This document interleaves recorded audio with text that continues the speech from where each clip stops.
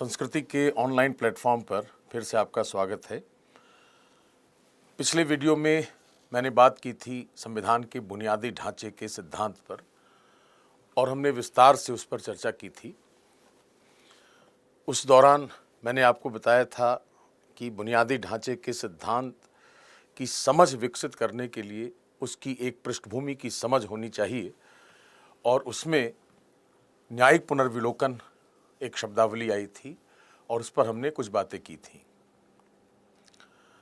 आज का जो टॉपिक है वह न्यायिक पुनर्विलोकन और न्यायिक सक्रियतावाद, जुडिशियल रिव्यू और जुडिशियल एक्टिविज्म का टॉपिक है, हमने चुना है आज। उसके पीछे भी तर्क हैं कुछ। न्यायिक पुनर्विलोकन और न्यायिक सक्रियतावाद ये दो ऐसी संकल्पनाएं हैं जो हमेशा से चर्चा में रही हैं, हमेशा प्रासंगिक रही हैं और परीक्षा की दृष्टि से अत्यंत महत्वपूर्ण मानी जा सकती हैं। दूसरी ओर हाल के समय में कुछ ऐसी घटनाएं हुई हैं भारत में जहां न्यायिक पुनर्विलोकन फिर से गंभीर चर्चा का विषय बना हुआ है। आपने अभी अखबारों में पढ़ा होगा हाल फिलहाल कि राजस्थान में राजनीतिक संवैधानिक संकट जैसी स्थिति बन गई है और 10वीं अनुसूची जो संविधान की है, दल बदल, उसके आधार पर कुछ विधायकों को नोटिस जारी किया है राजस्थान विधानसभा के अध्यक्ष ने और वह विवाद का एक मुद्दा बना है कि क्या उसका पुनर्विलोकन वाकई होना चाहिए। तो समसामयिक दृष्टि से फिर से यह मुद्दा चर्चा में आ गया है और परीक्षा की दृष्टि से तो महत्वपूर्ण है ही। इसके अलावा न्यायिक सक्रियतावाद या जुडिशियल एक्टिविज्म एक ऐसी संकल्पना है जो विवादास्पद भी रही है। नकारात्मकता से भरी हुई संकल्पना के रूप में इसको बहुत सारे लोगों ने देखा है। तो क्या वास्तविक अर्थों में यह एक नकारात्मक संकल्पना है? यह हमें जानना बहुत जरूरी है। क्या न्यायपालिका सक्रिय होने के कारण अपने दायित्वों का निर्वहन नहीं कर पा रही?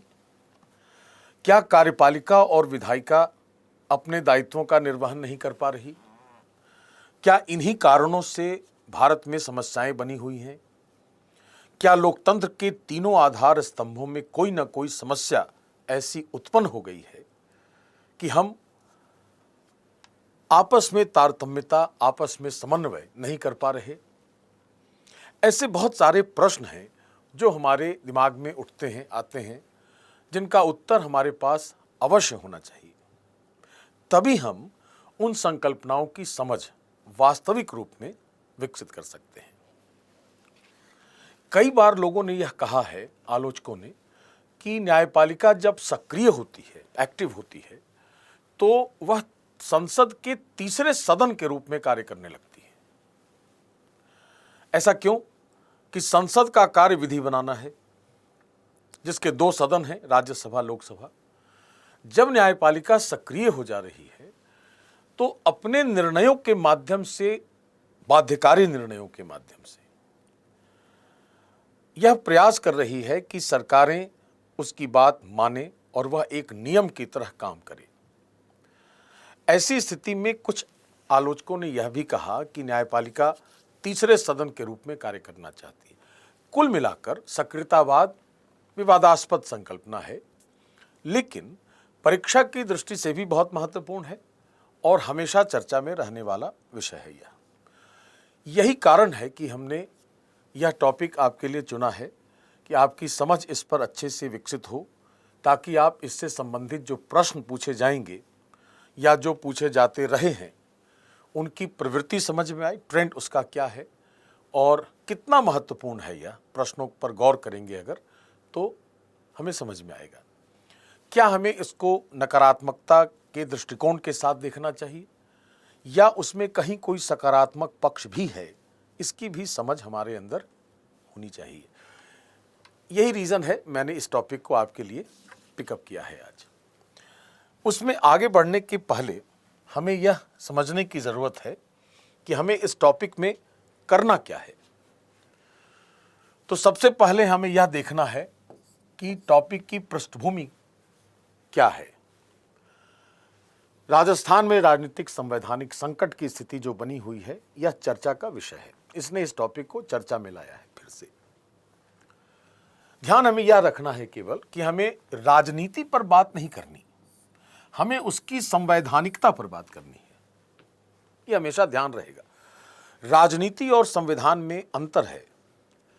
राजनीति की कुछ प्रक्रियाएं ऐसी होती हैं जो सामान्य लोगों की रुचि के लिए तो अवश्य होती हैं, परीक्षा में वह महत्वपूर्ण नहीं होती।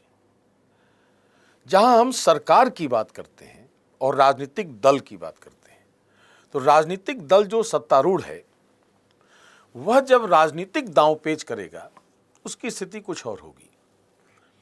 लेकिन जब सरकार के तौर पर वह दल कार्य करेगा तो उसके हाथ संवैधानिक दायरे में बंधे होते हैं। तो हमें कोई भी ऐसा राजनीतिक घटनाक्रम अगर हमारे आसपास हो रहा है तो हम उससे उन मुद्दों को ढूंढेंगे जो संविधान से जुड़ते हैं, और उन पर अगर हम चर्चा करेंगे तो हमारी समझ भी विकसित होगी। राजनीतिक और संवैधानिक मुद्दों को हम अलग भी कर पाएंगे और प्रश्नों तक पहुंच भी पाएंगे, प्रश्नों की मांग भी समझ पाएंगे। तो हमें मुद्दा जो है राजस्थान में राजनीतिक संवैधानिक संकट, वह मुद्दा स्रोत है हमारे इस टॉपिक का, न कि हमें उसकी राजनीति पर जाना है। दूसरा है कि न्यायिक पुनर्विलोकन की संकल्पना और उसकी परिभाषा क्या है। तीसरा, उसका स्वरूप कैसा है, उसके कार्य क्या हैं, फंक्शंस क्या है, क्या काम करता है न्यायिक पुनर्विलोकन, उसका अप्रोचेस क्या है, किस तरीके से न्यायालय पुनर्विलोकन का काम करता है, कौन सा दृष्टिकोण अपनाकर। इसके बाद हमें एक बहुत महत्वपूर्ण बात करनी है इसमें कि उच्चतम न्यायालय तथा उच्च न्यायालय की जो पुनर्विलोकन की शक्तियां हैं उनकी हमें तुलना करनी है कि क्या उच्च न्यायालय जब पुनर्विलोकन करता है तो उसकी शक्ति उच्चतम न्यायालय से कम है या ज्यादा है, उसका दृष्टिकोण क्या है, क्या वो वाकई पुनर्विलोकन कर सकता है। तो दोनों की हमें तुलना करनी है। इसके बाद जब हम न्यायिक सक्रियतावाद पर आएंगे तो सक्रियतावाद की संकल्पना क्या है, उसकी उत्पत्ति कब और कैसे हुई और उसका प्रसार कैसे हुआ, इसकी चर्चा करनी है हमें। इसके बाद हमें बताना है या पढ़ना है कि भारत में न्यायिक सक्रियतावाद कब और कैसे आया है और उसकी स्थिति क्या है आज की तारीख में। न्यायिक पुनर्विलोकन और सक्रियतावाद में परस्पर संबंध कैसा है। न्यायिक पुनर्विलोकन क्या उसका एक उपकरण है, इस पर हमें चर्चा करनी है। जनहितवाद की संकल्पना पर भी बात करनी है। PIL सुना होगा, पब्लिक इंटरेस्ट लिटिगेशंस। जनहितवाद क्या होता है और उसकी संकल्पना क्या है। एक बहुत महत्वपूर्ण और बात आती है यहाँ कि 1990 के दशक और उसके बाद जो परिवर्तन हमारे आसपास हुए हैं, उन परिवर्तनों के कारण पुनर्विलोकन और सक्रियतावाद कैसे प्रभावित हुआ है, या पुनर्विलोकन और सक्रियतावाद ने उन परिवर्तनों को कैसे प्रभावित किया है। इसकी एक समझ बहुत महत्वपूर्ण है जो भविष्य में हमारे लिए प्रश्न का क्षेत्र बन सकती है। और उदारीकृत दौर में न्यायिक सक्रियतावाद के प्रसार के क्या कारण रहे हैं, इसी का सीक्वल है यह। इसी के आगे जब बढ़ेंगे तो जो आर्थिक उदारीकरण का दौर है, बाजार की अर्थव्यवस्था का दौर है, इस दौरान न्यायिक सक्रियतावाद कैसे महत्वपूर्ण हुआ है, इसकी चर्चा भी की जाएगी। तो हम मूल रूप से इतने टॉपिक्स पर इसके अंदर बात करेंगे ताकि आपको बारीक चीज़ों की भी समझ हो और हम प्रश्नों तक पहुंच भी सकें। अब रही बात कि ये जो दोनों टॉपिक्स हैं ये हमें प्रश्न किस प्रकार के दे सकते हैं।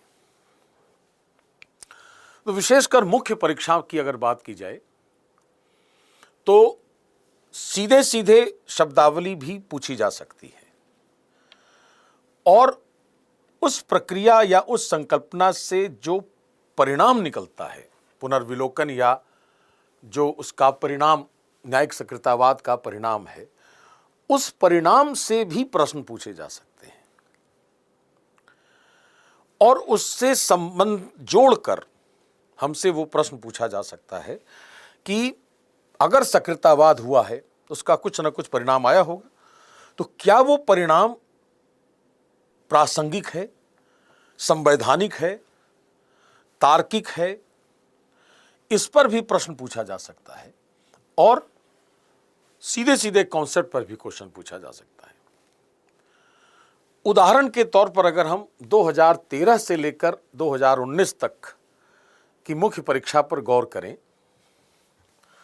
तो 5 या 6 प्रश्न हमारे सामने दिखाई देते हैं। आपके सामने प्रश्न की एक सूची है जो पूछा गया है आईएएस 2013, 15, 16, 17। तो अगर 7 वर्षों में 5 प्रश्न पूछे गए तो ये स्वाभाविक है कि यह टॉपिक बहुत ही महत्वपूर्ण परीक्षा की दृष्टि से है। जो मैंने कहा अभी कि सीधे सीधे संकल्पना से भी प्रश्न हो सकता है या उसके परिणाम से प्रश्न हो सकता है, उससे जोड़कर देखा जा सकता है। जैसे लिखा है, भारत में उच्चतर न्यायपालिका में न्यायाधीशों की नियुक्ति के संदर्भ में राष्ट्रीय न्यायिक नियुक्ति आयोग अधिनियम 2014 पर सर्वोच्च न्यायालय के निर्णय का समालोचनात्मक परीक्षण कीजिए। यहां पर जो शब्द है समालोचनात्मक, समीक्षा भी करनी है, आलोचना भी करनी है और परीक्षण भी करना है। परीक्षण में एक बारीक तत्व होता है। जब भी परीक्षा में हम परीक्षण शब्द का, संकेत शब्द का उल्लेख देखते हैं तो हमसे यह आशा की जाती है कि आप उस टॉपिक से, उस उत्तर में उस टॉपिक से संबंधित किसी सिद्धांत का उल्लेख अवश्य करेंगे। वो उसकी बारीक चीज है कि अगर न्यायपालिका का कोई निर्णय हुआ है तो उसके पीछे कौन सा सिद्धांत है। तो अगर न्यायपालिका ने इस अधिनियम को अवैध ठहराया था तो अवैध ठहराने के पीछे उसका कौन सा सिद्धांत था। तो सिद्धांत क्या है? न्यायिक पुनर्विलोकन। जब तक उसने न्यायिक पुनर्विलोकन नहीं किया होगा तब तक उस कानून की संवैधानिक वैधता, कॉन्स्टिट्यूशनल वैलिडिटी स्पष्ट नहीं हुई होगी। और जब वो न्यायिक पुनर्विलोकन कर रहा होगा तब उसने देखा होगा कि यह जो अमुक विधि है, इसकी यह जो अमुक धारा है, यह धारा संविधान के इस प्रावधान के विरुद्ध जा रही है, इसलिए यह असंवैधानिक होगा। तो परीक्षण में हमें ध्यान वह रखना है कि हमें उस विषय से संबंधित किसी सिद्धांत को उभारना है। एक प्रश्न तो यह है जो पुनर्विलोकन के सिद्धांत से जुड़ता है। हालांकि न्यायिक पुनर्विलोकन शब्दावली इस प्रश्न में नहीं रखी गई है, लेकिन यह उसके परिणाम से जुड़ने वाला प्रश्न है। अगर दूसरा देखें कि निजता के अधिकार, राइट टू प्राइवेसी, पर उच्चतम न्यायालय के नवीनतम निर्णय के आलोक में मौलिक अधिकारों के विस्तार का परीक्षण कीजिए। फिर से वही बात आ रही परीक्षण की कि जब राइट टू प्राइवेसी बताया उच्चतम न्यायालय ने कि यह मूल अधिकार होगा, आगे मैं इस विषय पर चर्चा भी करूंगा उस पर, पुट्टास्वामी जो मामला था उसमें, कि निजता के अधिकार की जब व्याख्या की उच्चतम न्यायालय ने, आखिर उसने कौन सी ऐसी बात देखी अनुच्छेद 21 के तहत कि निजता को इतना महत्वपूर्ण दर्जा दिया गया कि right to privacy shall be a fundamental right. तो वहां फिर परीक्षण की बात आ रही है और नवीनतम निर्णय जो है वही जो पुट्टास्वामी केस था, उस निर्णय में ऐसा क्या देखा न्यायालय ने, कौन सा ऐसा सिद्धांत उसने सामने रखकर यह कहा कि निजता का अधिकार आज से मूल अधिकार होगा। तीसरा है कि क्या स्वच्छ पर्यावरण के अधिकार में दिवाली के दौरान पटाखे चलाने के विधिक विनियमन भी शामिल हैं। आपको याद होगा अगर कि इस दौरान उच्चतम न्यायालय ने पटाखे चलाने पर रोक लगाई थी, तो हमसे यह पूछा गया कि पटाखा चलाने से जो पर्यावरण प्रदूषण होता है तो स्वच्छ पर्यावरण के अधिकार का उल्लंघन होता है। तो स्वच्छ पर्यावरण का जो अधिकार है उसका संरक्षण अगर करना है तो क्या ऐसा कोई कानून, नियम, विनियम उपलब्ध है भारत में जो इस तरह की बात कर रहा है कि हम उस पर रोक लगा सकते हैं? अगर ऐसा है तो उच्चतम न्यायालय का जो निर्णय था अनुच्छेद 21 के तहत, उस निर्णय की व्याख्या करनी थी।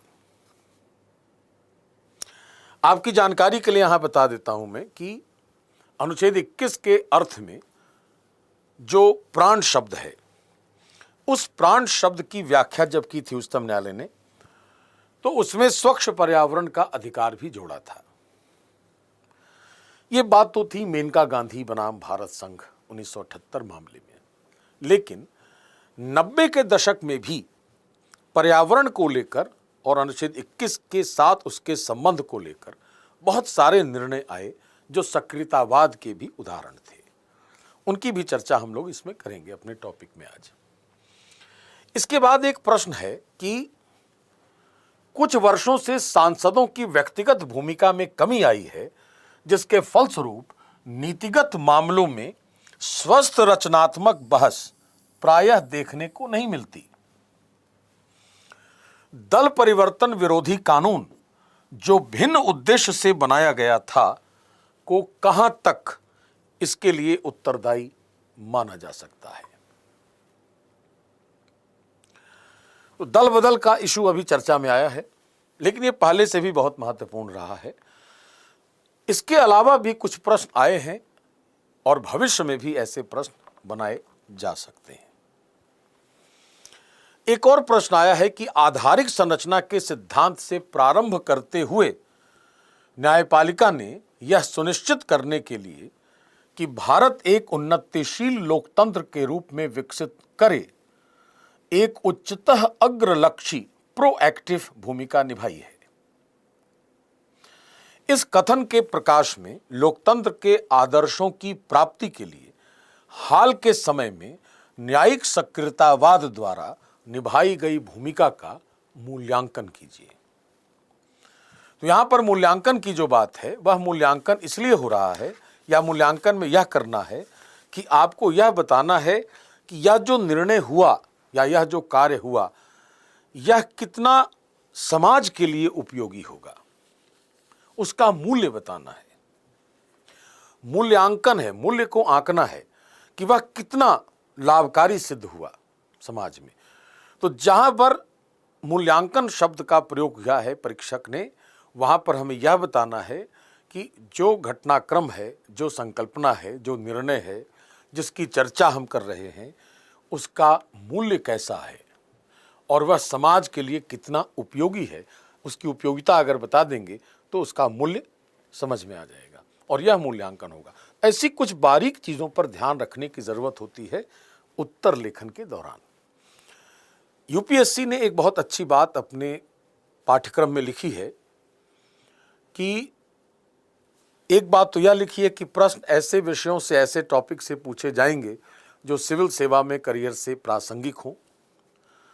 दूसरा यह लिखा है कि जो अभ्यर्थी है उसका जो उत्तर है वह सशक्त और सारगर्भित होना चाहिए, सटीक होना चाहिए और सारगर्भित होना चाहिए, सक्सिंक्ट होना चाहिए, उसको एम्फेटिक।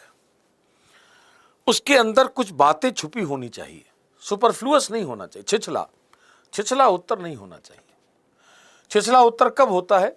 जब हम तथ्य और सिद्धांत की समझ नहीं रखते, या जब हम उस संकेत शब्द को की गूढ़ बात को नहीं समझते।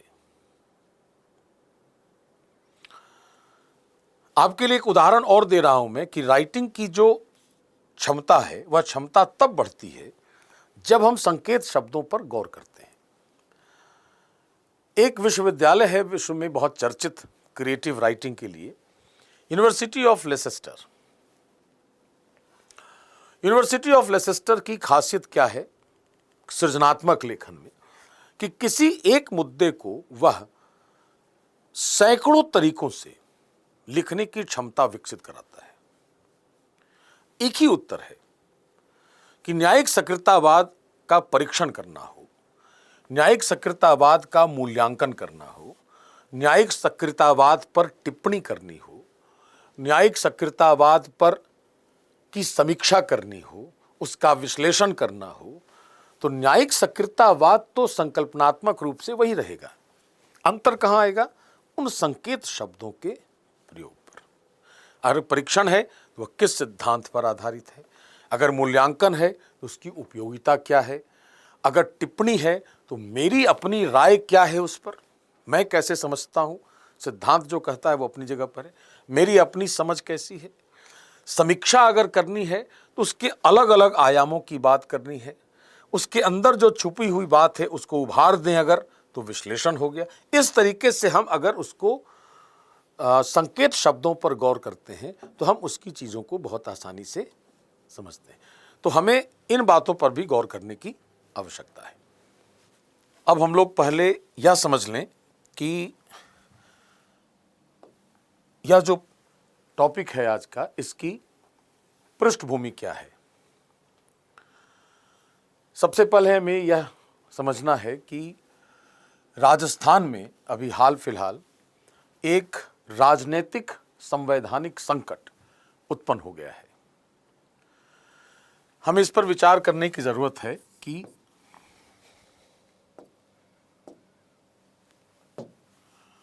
राजनीतिक संवैधानिक संकट क्या होता है।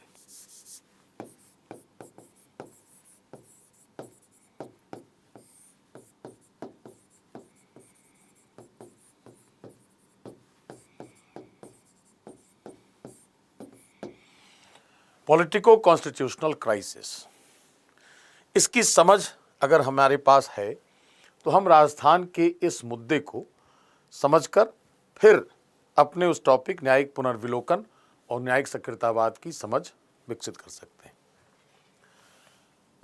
इसमें दो शब्द हैं, राजनीतिक और संवैधानिक। राजनीति का अर्थ होता है नीतियों का निर्माण और नीतियों का क्रियान्वयन। तो जब नीति निर्माण या नीतियों को लागू करने में कोई समस्या आ रही हो, उससे जो उत्पन्न स्थिति है उसको हम कहते हैं राजनीतिक संकट। जैसे कि यदि किसी समय विधानसभा या लोकसभा के चुनाव में किसी भी दल को स्पष्ट बहुमत नहीं मिला हो और सरकार नहीं बन पा रही, तो जब सरकार का गठन ही नहीं होगा तो स्वाभाविक रूप से नीति निर्माण में समस्या आएगी। दूसरी ओर सरकार अगर नहीं बन पा रही तो प्रशासन को दिशा निर्देश नहीं मिल रहा कि वह नीतियों को लागू कैसे करे। इस प्रकार की जो स्थिति है उसको हम राजनीतिक संकट की संज्ञा देते हैं। लेकिन दूसरी ओर यदि ऐसी कोई स्थिति उत्पन्न हो गई है जिसमें संविधान के किसी सिद्धांत या संविधान के किसी प्रावधान के उल्लंघन की आशंका हो गई है या उल्लंघन हो गया है, तो उससे जो उत्पन्न स्थिति होगी उसको कहा जाएगा संवैधानिक संकट। जैसे कि यदि राष्ट्रपति या राज्यपाल ने सबसे बड़े दल के नेता को सरकार बनाने के लिए आमंत्रित नहीं किया, किसी और को आमंत्रित कर लिया जिसका स्पष्ट बहुमत नहीं है, तो ऐसी स्थिति में लोकतांत्रिक मूल्यों के हनन की आशंका है। क्यों? क्योंकि जिस दल को सबसे अधिक जनादेश मिला है वह भारत की जनता के स्वतंत्र विचार की अभिव्यक्ति है। ऐसी स्थिति में उसके बदले किसी और को सरकार बनाने के लिए आमंत्रित करना लोकतंत्र के मूल तत्व का उल्लंघन कराएगा। चूंकि लोकतंत्र संविधान का एक अनिवार्य तत्व है, इसलिए ऐसा कहा जाएगा कि यह जो स्थिति उत्पन्न हुई वो संवैधानिक संकट है। अब आमतौर पर हम यह देखते हैं कि संविधान के दायरे में रहकर सरकारें नीतियों का निर्माण करती हैं, नीतियों को लागू करती हैं। इसलिए शब्दावली जो सामान्य रूप से प्रयोग में लाई जाती है वह राजनीतिक संवैधानिक संकट होती है, पॉलिटिको कॉन्स्टिट्यूशनल क्राइसिस। इस चीज की अगर हमारे पास समझ है तो अब हम राजस्थान में जो हुआ उसकी बात कर रहे हैं इस पृष्ठभूमि में कि राजस्थान विधानसभा अध्यक्ष ने सत्तारूढ़ दल के 19 विधायकों के विरुद्ध दल बदल के आधार पर उनको अयोग्य घोषित करने के लिए एक नोटिस जारी की है, जिसका आधार उन्होंने लिया है कि इन विधायकों ने सत्तारूढ़ दल की नीतियों का विरोध किया है। ये जो 19 विधायक हैं, इन्होंने सरकार का जब विरोध किया तो अध्यक्ष ने एक नोटिस जारी की है। अब विवाद का मुद्दा कहां है? विवाद यह है संविधानविदों और मीडिया में संविधानविदों के बीच, बुद्धिजीवियों के बीच, कि क्या न्यायालय अध्यक्ष द्वारा जारी की गई नोटिस या अध्यक्ष के इस कार्य का पुनर्विलोकन कर सकता है, या उसकी ऐसी कोई शक्ति नहीं है जिसके आधार पर वह पुनर्विलोकन करे। अध्यक्ष द्वारा जारी नोटिस का जो वैधानिक आधार है वो दो है। पहला है 10वीं अनुसूची,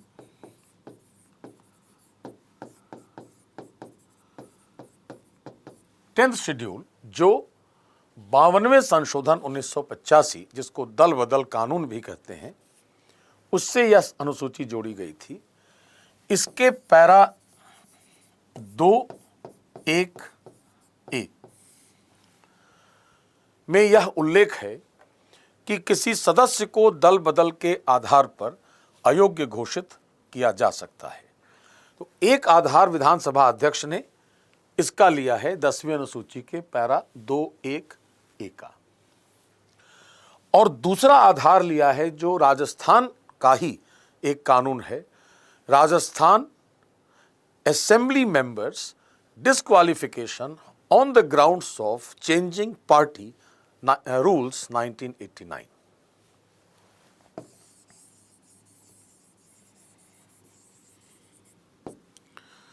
राजस्थान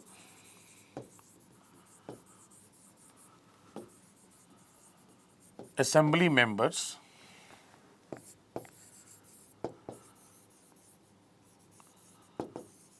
disqualification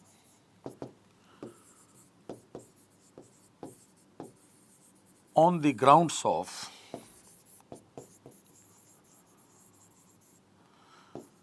changing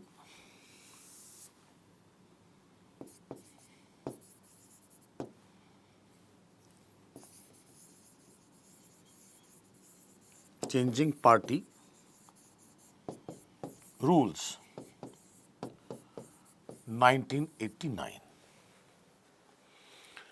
इस कानून के तहत, इस नियमावली के तहत और 10वीं अनुसूची के पैरा 2(1)(a) के तहत असेंबली अध्यक्ष ने 19 विधायकों के अयोग्यता के विषय पर नोटिस जारी की है। अब क्या यह तार्किक है, इस पर हमें बात करनी है। कहा यह जा रहा है कि अध्यक्ष जो भी है, विधानसभा का हो या लोकसभा का हो या राज्यसभा का सभापति हो या किसी राज्य में विधान परिषद अगर है तो उसका सभापति हो, यह अगर दल बदल के आधार पर अयोग्यता का निर्णय लेता है तो वह अंतिम निर्णय होगा।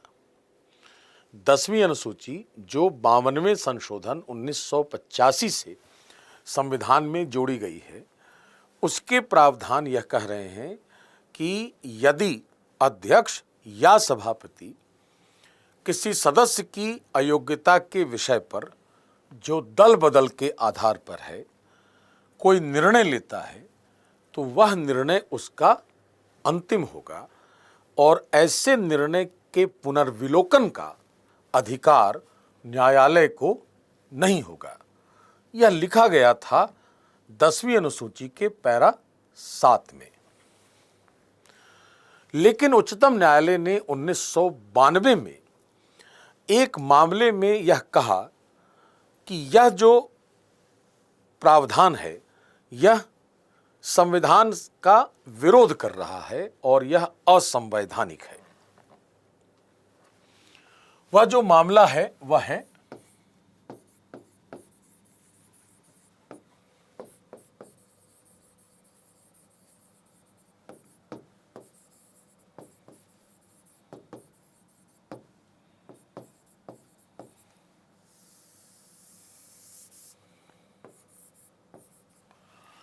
किहोता होलोहान बनाम जा चिल्हू 1992।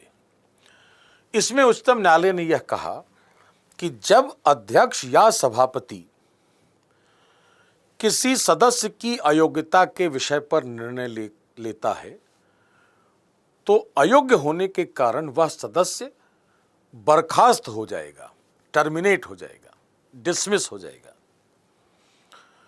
तो डिसमिसल, बर्खास्तगी या नियुक्ति कार्यपालिका की शक्तियां हैं।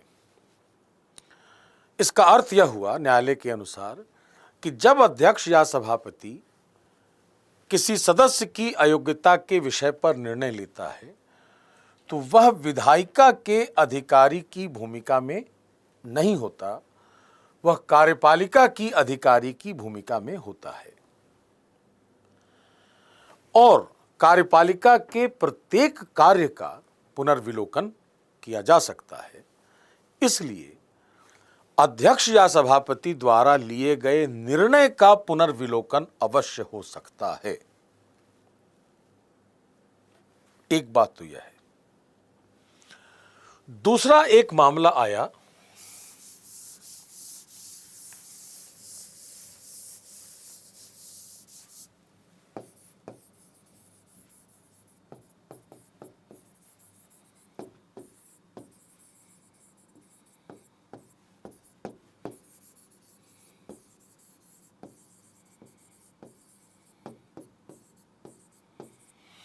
काशीनाथ जिलानी बनाम लोकसभा अध्यक्ष 1993। इस मामले में न्यायालय ने कहा कि अध्यक्ष या सभापति जब 10वीं अनुसूची के तहत किसी सदस्य की अयोग्यता के विषय पर उसने निर्णय ले लिया तो वह उस पर पुनर्विचार नहीं कर सकता स्वयं। अब उस निर्णय का पुनर्विलोकन ही किया जाएगा न्यायालय द्वारा। फिर से कहूं कि जब अध्यक्ष या सभापति ने दल बदल के आधार पर किसी सदस्य को अयोग्य घोषित करने का निर्णय ले लिया है तो वह उस निर्णय पर स्वयं पुनर्विचार नहीं कर सकता। यह पुनर्विलोकन होगा न्यायालय द्वारा। अब यह स्थिति है न्यायालय के विचार में। दोनों मामलों में समानता क्या आ रही है कि दोनों मामलों में यह कहा गया कि जब निर्णय ले लिया जाएगा तभी पुनर्विलोकन हो सकता है। या तो निर्णय ले लिया है उसने और वह अब पुनर्विचार कर नहीं सकता, इसलिए अब उसका पुनर्विलोकन होगा। लेकिन पुनर्विलोकन होगा किसका? जब उसने अंतिम निर्णय ले लिया होगा तब। अब यहां पर विवाद क्या है राजस्थान में कि अध्यक्ष ने नोटिस जारी की है, निर्णय नहीं लिया है। तो क्या नोटिस का पुनर्विलोकन हो सकता है? यह विवाद का विषय है।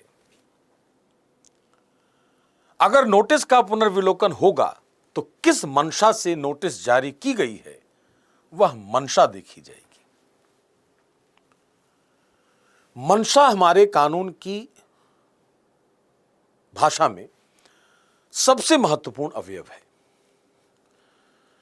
क्या सोचकर, क्या प्लान करके, किस उद्देश्य से हमने यह कोई कार्य किया है, यह हमारी मंशा तय करेगा। और मंशा ही तय करती है कि मेरा कार्य संवैधानिक है, विधिक है या अवैध है। दूसरी ओर कार्य भी उतना ही महत्वपूर्ण है। तरीका क्या अपनाया हमने। मंशा हो सकता है बहुत अच्छी हो, कार्य का तरीका अवैध है तो भी वह अवैध है। तो कार्य करने का तरीका और उसके पीछे की मंशा दोनों पर विचार किया जाना चाहिए कोई निर्णय लेने के लिए। जैसे अगर कोई व्यक्ति इस मंशा से किसी का धन लूट ले कि उसे गरीबों में बांटना है तो भी यह अवैध ही होगा। हम यह दावा नहीं कर सकते कि मेरी मंशा दूसरों का कल्याण करना है इसलिए मैं किसी का धन लूट रहा हूं। तो मेरे कार्य करने का तरीका भी ध्यान में रखा जाएगा कि वह कितना वैध कितना अवैध है, और मंशा भी ध्यान में रखी जाएगी। तो अगर नोटिस का पुनर्विलोकन होगा, नोटिस जारी कर सकता है या नहीं, नोटिस जारी किया है तो वह नोटिस जारी करना सही है या नहीं, या जो पुनर्विलोकन होगा यह तभी हो सकता है जब उसकी मंशा पर विचार किया जाएगा। तो यह न्यायालय का विवेकाधिकार है कि वह इसको स्वीकार करे या नहीं करे। अगर उसने निर्णय ले लिया होता तो पुनर्विलोकन निश्चित रूप से किया जाता। विधायकों ने यह कहा है कि हमने सदस्यता त्यागी नहीं है, तो फिर किस आधार पर हमें नोटिस जारी किया गया दल बदल के लिए। हमने कोई दल बदल नहीं किया है, हमने अपनी प्राथमिक सदस्यता नहीं छोड़ी है, इसलिए हमने इस्तीफा नहीं दिया है, त्यागपत्र नहीं दिया है, इसलिए यह जो नोटिस जारी करने वाला कार्य है यह अवैध है। यह उनका तर्क है। अब सदस्यता जाएगी कैसे, इस पर अगर विचार करें तो एक बहुत चर्चित मामला था रवि नायक बनाम भारत संघ 1994। रवि नायक मामले में न्यायालय ने एक बहुत महत्वपूर्ण बात कही कि दल बदल कानून में एक शब्द आया है वॉलंटरीली,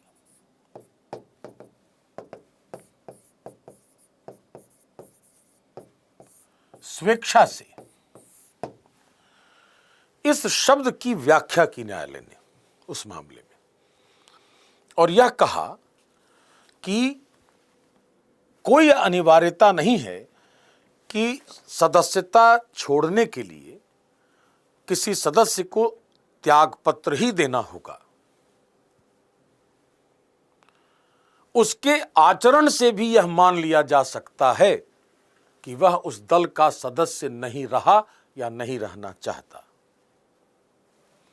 उसकी मंशा नहीं है उस दल में रहने की, यह उसके आचरण से समझ में आएगा। तो यह अनिवार्य नहीं है कि जब तक वह त्यागपत्र नहीं देता तब तक दल बदल कानून उस पर लागू नहीं होगा। अगर उसका आचरण ऐसा है कि वह दल बदल के तरह से लग रहा हो तो उस पर भी वह कानून लागू हो सकता है। यह व्याख्या हुई रवि नायक बनाम भारत संघ में 1994। अब वो आचरण क्या है कि आचरण अगर सत्तारूढ़ दल का कोई विधायक या सांसद है तो स्वाभाविक रूप से उसे सरकार का विरोध नहीं करना चाहिए, अपने आचरण में उसको ऐसा नहीं दर्शाना चाहिए। लेकिन अगर वह सरकार का विरोध कर रहा है तो यह माना जा सकता है, मैं गौर कर रहा हूं, शब्द पर गौर करेंगे, यह माना जा सकता है कि वह सरकार का विरोध करने के कारण उस दल में शामिल नहीं रहना चाहता यह मानेगा कौन? अध्यक्ष या सभापति। और यह उसका विवेकाधिकार है, अध्यक्ष या सभापति का। अगर उसने मान लिया तो उसको दल बदल के आधार पर अयोग्य होने का निर्णय दे सकता है वह 10वीं अनुसूची के तहत। इसका अर्थ यह हुआ कि इस कानून ने दल बदल को रोकने के लिए बहुत प्रयास किए थे या किए हैं, लेकिन इस व्याख्या की वजह से कई ऐसी स्थितियां उत्पन्न हो गईं कि एक कोई सत्तारूढ़ दल का सदस्य अगर वह सरकार के नीतिगत कार्य से संतुष्ट नहीं भी है, तर्कसंगत तरीके से, अगर उसे लगता है कि वह जन कल्याण के विरुद्ध नीति जा रही है, तो भी वह अपने खुलकर विरोध करने से डरता है। अब क्यों? क्योंकि उसे यह डर है कि उसके इस आचरण को दल बदल का आधार मान लिया जा सकता है और उस आधार पर अध्यक्ष या सभापति उसे अयोग्य घोषित कराने का निर्णय ले सकता है। इसलिए वह सरकार के विरोध के प्रति उपेक्षा का दृष्टिकोण रखता है। यह जो बात आई है बीच में, यह बात 2013 के प्रश्न के रूप में यूपीएससी ने हमसे पूछा था।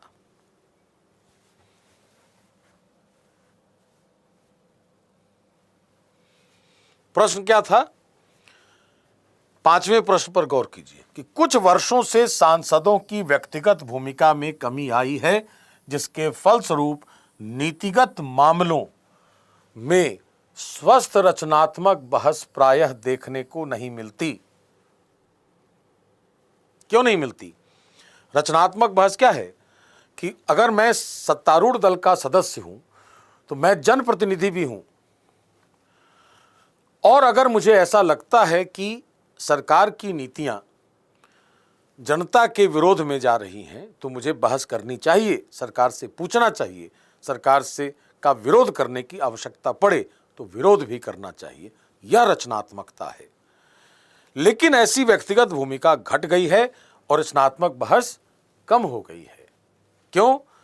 कि दल परिवर्तन विरोधी कानून जो भिन्न उद्देश्य से बनाया गया था को कहां तक इसके लिए उत्तरदायी माना जा सकता है? दल बदल कानून बनाया गया था कि दल बदल रुके, राजनीतिक नैतिकता ऊंची हो, लेकिन स्वेच्छा शब्द की व्याख्या के बाद अगर यह पता चला अध्यक्ष या सभापति को कि अमुक सदस्य का आचरण ऐसा है जो यह संकेत दे रहा है कि वह व्यक्ति, वह सदस्य सरकार के साथ नहीं रहना चाहता, तो उसे दल बदल के आधार पर हटाया जा सकता है, अयोग्य घोषित किया जा सकता है। इसलिए वह रचनात्मकता से पीछे हट रहा है। तो यही स्थिति राजस्थान में भी दिखाई दे रही है कि जो विधायक हैं उनके आचरण से, चूंकि उन्होंने सरकार का विरोध किया, उनके आचरण को ध्यान में रखकर कदाचित अध्यक्ष ने नोटिस जारी की है और दल बदल के आधार पर उनको अयोग्य घोषित करने वाला नोटिस जारी किया है।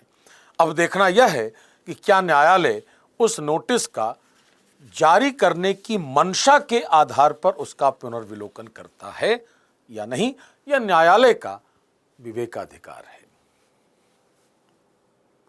न्यायालय को क्या करना चाहिए यह हमारे दायरे से बाहर की चीज है।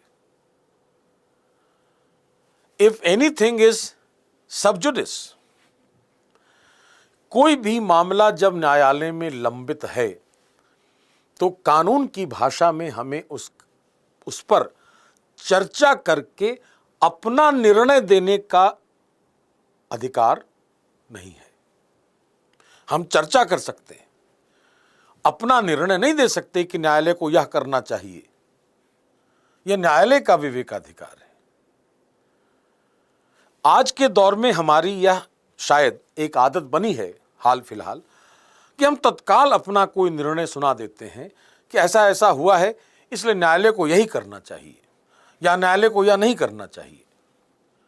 तो हमें विधि की भाषा में, जब हम संविधान और विधि की बात कर रहे हैं, तो हमें विधि की भाषा में यह समझने की जरूरत है कि जब कोई मामला न्यायालय में लंबित है तो हम उस पर रचनात्मक चर्चा कर सकते हैं, उसके तथ्यों और विधि से संबंधित बात कर सकते हैं, लेकिन हम स्वतः न्यायालय की पीठ, बेंच बनकर निर्णय नहीं दे सकते। यह हमें ध्यान में रखने की जरूरत है। तो इस आधार पर यह पृष्ठभूमि बनी है आज के इस टॉपिक की कि क्या न्यायिक पुनर्विलोकन 10वीं अनुसूची का कितना लॉजिकल है, किस आधार पर पुनर्विलोकन होना चाहिए, किस आधार पर होता है, किस आधार पर नहीं होता है। अब हम बात करें कि न्यायिक पुनर्विलोकन होता क्या है और कहां इसकी परिभाषा है। तो भारत के संविधान में इसकी परिभाषा नहीं है। यह परिभाषा दी गई है civil procedure amendment number 4 rules 2000 UK, Britain का कानून है। रूल नंबर 54(1) इसके तहत परिभाषित है। यह किस रूप में कि यह न्यायालय की शक्ति भी है और उसका कर्तव्य भी है। न्यायिक पुनर्विलोकन न्यायालय की शक्ति भी है और उसका कर्तव्य भी है कि वह किसी कानून या जन कल्याण के लिए गए किसी निर्णय या किए गए किसी कार्य की वैधानिकता का परीक्षण करता है। फिर से बता रहा हूं, न्यायिक पुनर्विलोकन वह प्रक्रिया है जिसके द्वारा न्यायालय किसी विधि या कानून या जन कल्याण के लिए किए गए किसी कार्य या लिए गए किसी निर्णय की वैधता की जांच करता है। चूंकि न्यायालय संविधान का संरक्षक है और समाज का भी संरक्षक है, इसलिए यह उसका दायित्व है, यह उसका कर्तव्य है कि वह ऐसी जांच करे और यह उसका अधिकार भी है, क्योंकि संविधान ने उसे यह अधिकार दिया है। तो पुनर्विलोकन ब्रिटेन में प्रचलित नहीं है, वहां संसद संप्रभु है, लेकिन कॉमन लॉ प्रिंसिपल होने के कारण वहां इस नियमावली के तहत उसे परिभाषित किया गया है। और भारत में यह परिभाषा पूरी तरह सटीक बैठती है कि न्यायिक पुनर्विलोकन वह प्रक्रिया है जिसके द्वारा न्यायालय किसी विधि या जन कल्याण के लिए किए गए किसी कार्य या लिए गए किसी निर्णय की वैधता का परीक्षण करता है, उसकी जांच करता है कि वह कार्य, वह निर्णय कितना संविधान के अनुरूप है, क्या उसका विरोध कर रहा है, किसी कानून का विरोध कर रहा है, किस प्रकृति का है वह, यह जांच करके उसको वैध या अवैध घोषित करेगा। यह पुनर्विलोकन की संकल्पना है। यह जो संकल्पना है इसकी उत्पत्ति मानी जाती है एक अमेरिकी मामले से। बहुत चर्चित मामला था यह, Madison versus Marbury, United States 1803 का यह मामला है, जिसमें न्यायिक पुनर्विलोकन का वास्तविक प्रयोग किया था अमेरिकी उच्चतम न्यायालय ने। और यह कहा था कि कोई एक कानून अवैध है, कांग्रेस ने जो कानून बनाया वो अवैध है। यह जो शक्ति उसको मिल रही है, अमेरिकी उच्चतम न्यायालय की यह जो शक्ति थी, यह शक्ति उसने अमेरिकी संविधान के अनुच्छेद 6 से प्राप्त की थी।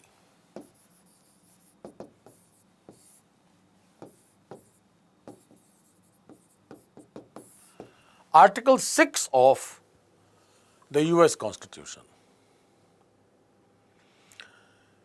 इस आधार पर उच्चतम न्यायालय ने कानून का पुनर्विलोकन करके उसके अवैध कहा था। अब जब संविधान में कोई बात लिखी गई हो तब तो उसकी व्याख्या करना बहुत सरल है। लेकिन अगर संविधान में उसका स्पष्ट उल्लेख नहीं है तो न्यायालय कैसे काम करेगा? अगर संविधान में स्पष्ट रूप से लिखा है कि न्यायालय ऐसा कर सकता है तब तो बहुत बहुत अच्छी बात है। प्रेरणा लेकर कहीं से और अपने विवेक से कार्य अगर कर रहा है न्यायालय तो इसको हम संविधान की उदारवादी व्याख्या कहते हैं। उदारवादी निर्वचन, लिबरल इंटरप्रिटेशन कहते हैं कि कहीं से प्रेरणा ले ली है हमने, संविधान के किसी प्रावधान से हमने प्रेरणा ली है और हमने निर्णय इस आधार पर दिया है कि यह मेरा विवेक था और ऐसा होना चाहिए। इस व्याख्या को, इस निर्वचन को उदारवादी व्याख्या कहते हैं। अमेरिकी उच्चतम न्यायालय को उदारवादी व्याख्या करने की शक्ति प्राप्त है, जिसको हम डॉक्ट्रिन ऑफ इंप्लाइड पावर्स कहते हैं, निहित शक्ति का सिद्धांत। किसी प्रावधान में वह शक्ति निहित है, दिख नहीं रही, अंदर छुपी हुई है वह। तो निहित शक्ति के सिद्धांत के प्रचलन के कारण अमेरिकी उच्चतम न्यायालय किसी भी ऐसे प्रावधान या विधि की उदारवादी व्याख्या कर सकता है और नई बात सामने ला सकता है। भारत के उच्चतम न्यायालय में यह शक्ति नहीं है। क्यों? क्योंकि हमारा जो संविधान है वो बहुत व्यापक है और लगभग सारी बातें स्पष्ट रूप से लिखी गई हैं। तो हमारे यहां जो व्याख्या होती है संविधान की, वह मूल रूप से शाब्दिक व्याख्या होती है, लिटरल इंटरप्रिटेशन है। जो शब्द लिखा गया है उसी की व्याख्या है। कुछ मामले ऐसे हो सकते हैं जहां उदारवाद का प्रयोग करे न्यायालय, जहां कुछ लिखे हुई भाषा की व्याख्या करके उसमें कुछ नई बात जोड़े, वह उदारवाद होगा। लेकिन अनिवार्यतः उसे शाब्दिक निर्वचन पर फोकस करना है। भारत में अमेरिकी उच्चतम न्यायालय के पास चूंकि इंप्लाइड पावर्स, निहित शक्ति मौजूद है, इसलिए वह संविधान की व्याख्या करता है। इस आधार पर मैडिसन वर्सेस मार्बरी मामले में अमेरिकी उच्चतम न्यायालय ने कांग्रेस द्वारा बनाई गई एक विधि को अवैध घोषित करके न्यायिक पुनर्विलोकन प्रक्रिया का पहली बार प्रयोग किया, ऐसी मान्यता है विश्व स्तर पर। तो कहा जाएगा कि न्यायिक पुनर्विलोकन की शक्ति की उत्पत्ति अमेरिकी राज व्यवस्था में अमेरिकी उच्चतम न्यायालय द्वारा कराई गई है और जिसका आधार, सैद्धांतिक रूप से जिसका आधार निहित शक्ति का सिद्धांत है, जो अमेरिकी संविधान के अनुच्छेद 6 से प्रेरित है और उच्चतम न्यायालय को प्राप्त है। भारत के उच्चतम न्यायालय को जो पुनर्विलोकन की शक्ति मिलती है वह भारत शासन अधिनियम 1935 की धारा 200 के तहत गठित फेडरल कोर्ट की से प्राप्त होती है। गवर्नमेंट ऑफ इंडिया एक्ट 1935 की धारा 200 में एक परिसंघीय न्यायालय की बात थी, जिसको ऐसी शक्ति दी गई थी पुनर्विलोकन की। जब हमने संविधान बनाया अपना और हमने यह लिखा कि भारत में एक उच्चतम न्यायालय होगा, अनुच्छेद 124 खंड 1 में, तो हमने तय किया कि राज्यों के स्तर पर उच्चतम न्यायालय नहीं होगा। लेकिन अगर दो राज्यों के बीच विवाद हो जाए तब क्या होगा? हर राज्य में अपना अपना उच्च न्यायालय तो है। तो अगर कोई राज्य है उत्तर प्रदेश, मान लें, इसका जो हाईकोर्ट है, इसके हाईकोर्ट की शक्ति तो यहीं तक सीमित है ना। और दूसरा राज्य है मध्य प्रदेश, इसके हाईकोर्ट की शक्ति यहां तक सीमित है, उसकी सीमा तक। लेकिन अगर इन दो राज्यों में कोई टकराव हो गया संविधान के किसी मुद्दे पर, तो न तो यह उच्च न्यायालय न ही यह उच्च न्यायालय इस संबंध में निर्णय ले सकता है। तब निर्णय कौन लेगा? जो न्यायालय इस संबंध में निर्णय लेता है उसको कहते हैं परिसंघीय न्यायालय, फेडरल कोर्ट। तो परिसंघीय न्यायालय यह बता रहा है भारत शासन अधिनियम 1935 का कि वह राज्यों के बीच, प्रांतों के बीच के विवादों का समाधान कर सकता था। संविधान में जब हमने उच्चतम न्यायालय बनाया और परिसंघीय न्यायालय की संकल्पना नहीं रखी, तो भी हमने उच्चतम न्यायालय को वह शक्ति दे दी जो परिसंघीय न्यायालय को प्राप्त थी। और उसके लिए हमने संविधान में अनुच्छेद 135 लिखा कि भारत के उच्चतम न्यायालय को वो सभी शक्तियां प्राप्त होंगी जो परिसंघीय न्यायालय में प्रयोक्तव्य थीं। जो परिसंघीय न्यायालय को शक्ति दी गई थी वह शक्ति भारत के उच्चतम न्यायालय को प्राप्त होगी। तो कहा जाएगा कि अनुच्छेद 135 भारत के उच्चतम न्यायालय को भारत का परिसंघीय न्यायालय भी बनाता है। Our Supreme Court under 124 is a federal court also under Article 135. तो उच्चतम न्यायालय ही परिसंघीय न्यायालय के तौर पर कार्य करता है। अब यह जो शक्ति है पुनर्विलोकन की, यह शक्ति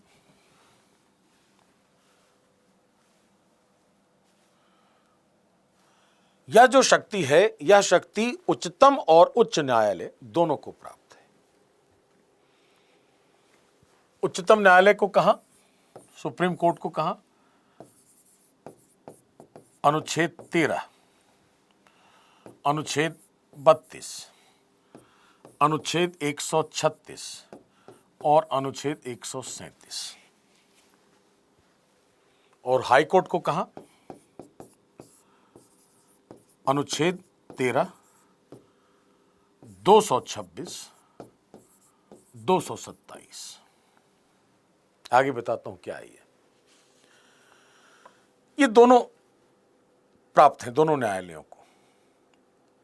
क्यों ऐसा है? चूंकि दोनों न्यायालय अभिलेख न्यायालय है,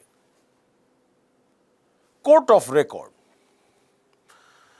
अनुच्छेद 129 में उच्चतम न्यायालय एक अभिलेख न्यायालय है और अनुच्छेद 215 में उच्च न्यायालय भी एक अभिलेख न्यायालय है।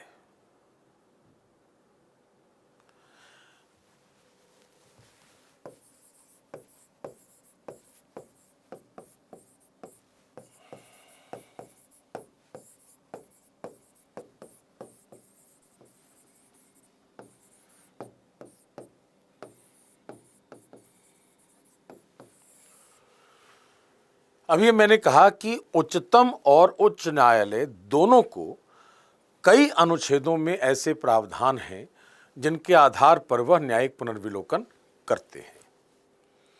उच्चतम न्यायालय के लिए 13, 32, 136, 137 और उच्च न्यायालय के लिए अनुच्छेद 13, 226 और 227। दोनों न्यायालयों को यह जो शक्ति मिली है, यह इसलिए मिली है कि दोनों अभिलेख न्यायालय भी हैं। 129 में उच्चतम न्यायालय और 215 में उच्च न्यायालय। अब अभिलेख न्यायालय होता क्या है?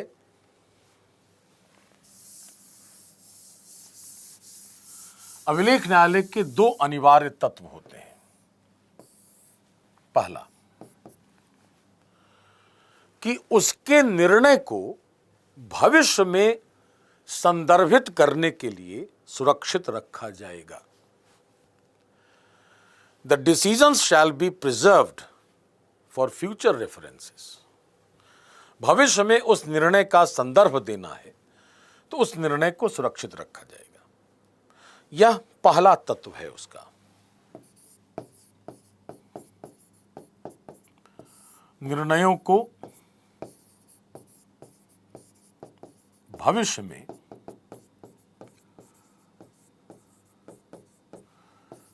संदर्भित करने के लिए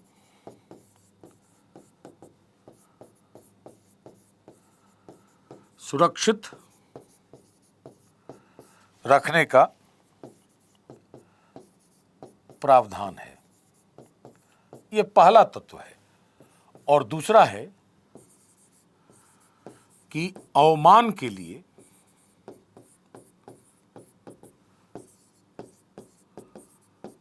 दंड देने की शक्ति है। अवमान कहते हैं, अंग्रेजी शब्द है कंटेम्प्ट। हम उसके कार्य में कोई व्यवधान उत्पन्न कर दें, हम उसका अपमान कर दें, हम उसकी बात नहीं माने, ये अवमान है। अवमान और अपमान में क्या, हमने उसका सम्मान नहीं किया, यह अपमान है उसका। अवमान क्या है, उसमें अपमान भी शामिल है और कुछ और बातें शामिल हैं। वो क्या है कि हमारे कार्यों से उसके कार्य में व्यवधान आ जाए, हम उसकी बात नहीं माने, उसके निर्णय को नहीं माने, ये सब अवमान की श्रेणी में आ जाएगा। तो अवमान के लिए वह दंड दे सकता है। कौन? जो अभिलेख न्यायालय है। और उसके निर्णय को भविष्य में संदर्भित करने के लिए सुरक्षित रखा जाएगा। ये दो गुण जिस न्यायालय में होते हैं उसको अभिलेख न्यायालय कहा जाता है। तो भारत के संविधान के अनुच्छेद 129 में उच्चतम न्यायालय और अनुच्छेद 215 में उच्च न्यायालय अभिलेख न्यायालय है। इसी कारण दोनों न्यायालयों को न्यायिक पुनर्विलोकन की शक्तियां भी प्राप्त होती हैं। अब पुनर्विलोकन कैसा होगा? तो पुनर्विलोकन 3 तरह का हो सकता है। पहला कि विधायिका के कार्यों का पुनर्विलोकन है। All legislative actions shall be reviewed. विधायिका जो कार्य कर रही, मतलब विधि बना रही है, तो विधियों का पुनर्विलोकन, विधायिका के कार्यों का पुनर्विलोकन किया जा सकता है। दूसरा, कार्यपालिका के कार्यों का पुनर्विलोकन भी हो सकता है, जिसको हम क्रमशः प्राथमिक और द्वितीयक पुनर्विलोकन कहते हैं। प्राइमरी रिव्यू जो है, प्राथमिक पुनर्विलोकन में विधायिका के सभी कार्यों का, कानूनों का पुनर्विलोकन किया जाएगा और द्वितीयक पुनर्विलोकन में कार्यपालिका के कार्यों का पुनर्विलोकन होगा, मतलब सरकार के कार्यों का की जांच होगी, वह कितना सही, कितना गलत, कितना वैध, कितना अवैध। इसके अलावा उच्चतम न्यायालय को एक विशेष शक्ति प्राप्त है अनुच्छेद 137 के तहत कि वह अपने किसी निर्णय का भी पुनर्विलोकन कर सकता है। तो कहा जाएगा कि जुडिशियल डिसीजंस का भी पुनर्विलोकन किया जा सकता है, लेकिन यह शक्ति केवल उच्चतम न्यायालय को प्राप्त है। बाकी जो दोनों प्राथमिक और द्वितीयक पुनर्विलोकन है, मतलब विधियों का, कानूनों का, विधायिका के कार्यों का पुनर्विलोकन और सरकार के कार्यों का पुनर्विलोकन उच्चतम न्यायालय भी कर सकता है, उच्च न्यायालय भी कर सकता है। लेकिन अपने निर्णय का पुनर्विलोकन करने की शक्ति, न्यायिक निर्णय का पुनर्विलोकन करने की शक्ति केवल उच्चतम न्यायालय को प्राप्त है।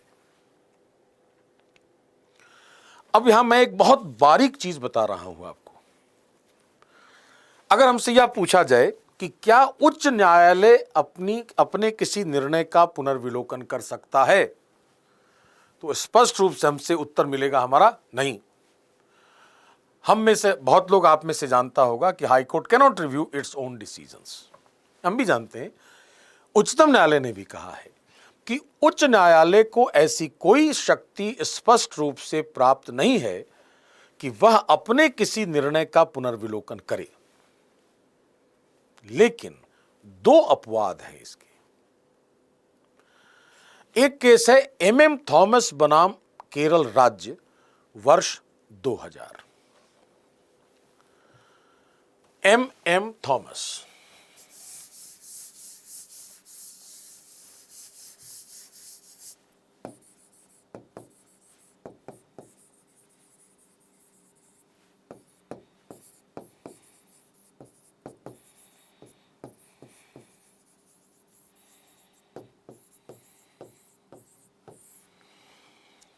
एमएम थॉमस बनाम केरल राज्य 2000 मामले में उच्चतम न्यायालय ने यह कहा कि हालांकि उच्च न्यायालय को संविधान में स्पष्ट रूप से ऐसी कोई शक्ति नहीं है कि वह अपने निर्णय का पुनर्विलोकन करे, लेकिन यदि किसी उच्च न्यायालय को यह प्रतीत होता है कि उसके निर्णय में कोई त्रुटि रह गई है, तो उस त्रुटि के निवारण के लिए वह उसका पुनर्विलोकन कर सकता है। बहुत बारीक ध्यान रखना है आपको। परीक्षा में अगर इस तरह की कुछ बारीकियों पर गौर करेंगे तो अंक बहुत अच्छे आएंगे। कि सामान्य भाषा में तो सामान्यतः उच्च न्यायालय अपने निर्णय का पुनर्विलोकन नहीं कर सकता, लेकिन इस मामले में उच्चतम न्यायालय ने कहा कि यदि हाईकोर्ट को ऐसा लगता है कि उसने जो निर्णय दिया था उसमें कहीं कोई एक दो त्रुटियां रह गई हैं, तो उन त्रुटियों को दूर करने के लिए वह पुनर्विलोकन अपने निर्णय का कर सकता है। लेकिन यह जो शक्ति है यह अनुच्छेद 137 से उसे प्राप्त नहीं होती। यह उच्चतम न्यायालय ने अधिकार दे दिया उसको। और दूसरा जो केस है वह है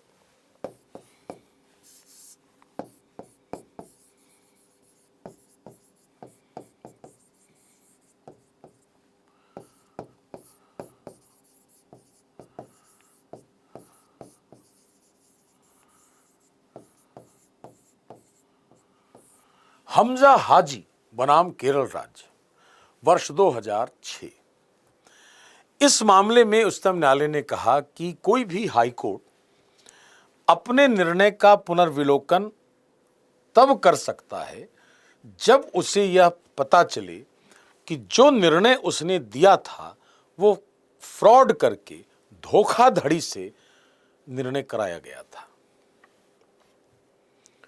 तो दो अपवाद हैं जहां पर उच्च न्यायालय अपने निर्णय का पुनर्विलोकन कर सकता है अनुच्छेद 137 से शक्तियां प्राप्त नहीं होने पर भी, और वह है कि यदि उसके निर्णय में कोई त्रुटि रह गई है तो उस त्रुटि के निवारण के लिए, और यदि उसे ऐसा लगता है कि उसका निर्णय उसको धोखा देकर निर्णय लिया गया था तो वह दोबारा उस पर विचार करके अपना निर्णय बदल सकता है।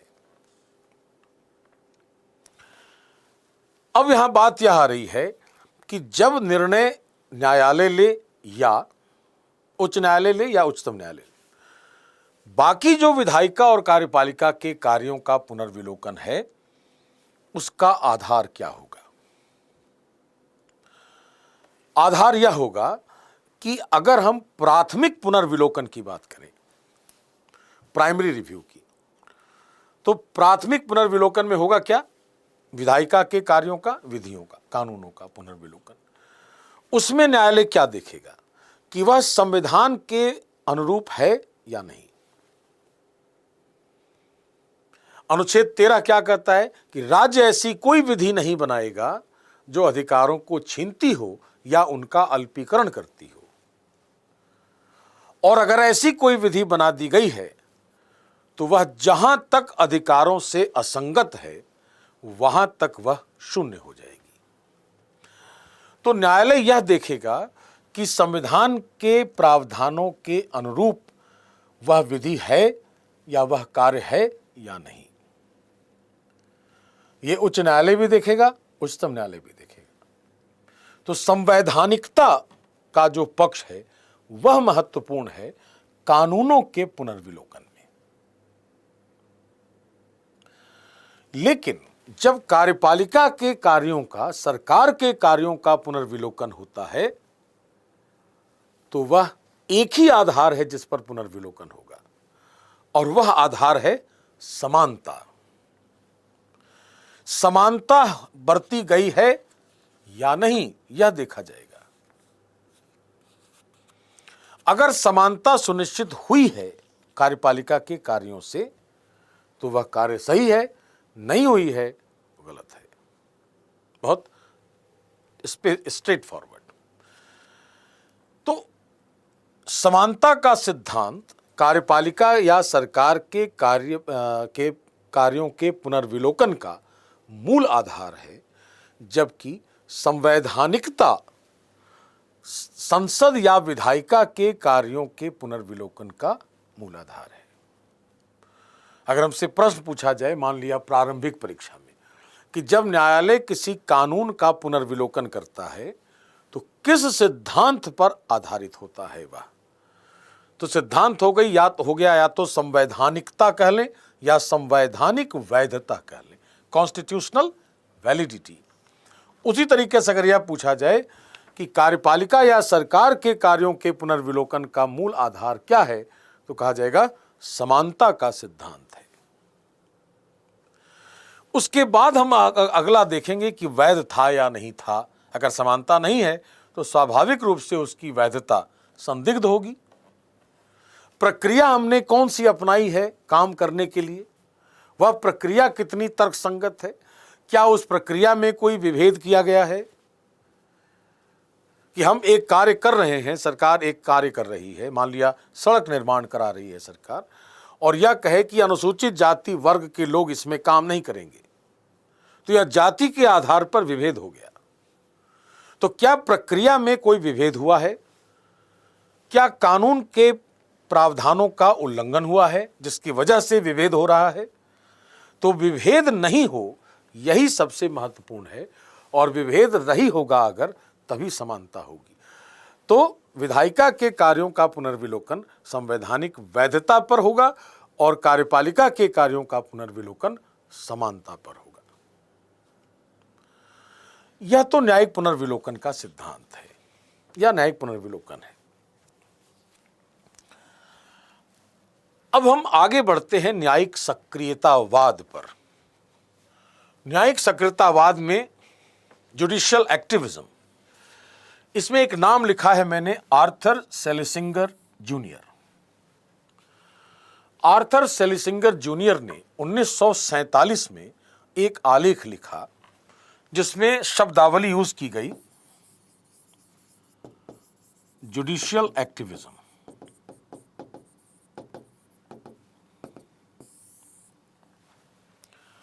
न्यायिक सक्रियतावाद, एक्टिव हो गया न्यायालय, सक्रिय। लेकिन लिखने के बाद इन्हें अवश्य लगा होगा कि शायद सामान्य व्यक्ति अगर कोई पढ़ेगा तो यह मान ले सकता है कि न्यायालय सक्रिय हुआ तो यह मान लेगा कि अब तक निष्क्रिय था, अब सक्रिय हुआ। यह जो आशंका हुई आर्थर को, सेलिसिंगर को, तो उन्होंने दोबारा फिर एक आलेख लिखा उसमें और स्पष्टीकरण दिया उसमें। वह स्पष्टीकरण क्या था कि न्यायिक सक्रियतावाद का अर्थ न्यायालय की निष्क्रियता दूर करना नहीं है, वह पहलकारी प्रयास है। It is not to overcome inaction of the judiciary, it is a proactive step. यह पहल करेगा, न्यायालय आगे बढ़कर काम करेगा, इनिशिएट करेगा किसी चीज को। आगे बढ़ने का मतलब है कि अपनी सीमा रेखा पार कर जाना नहीं, आगे बढ़ने का मतलब है पहल करना। पहल करके वह कोई कार्य करेगा तो वह एक्टिव है। अगर पहल नहीं कर रहा है, कोई मुझ तक पहुंच रहा है, तो वह रिएक्टिव है।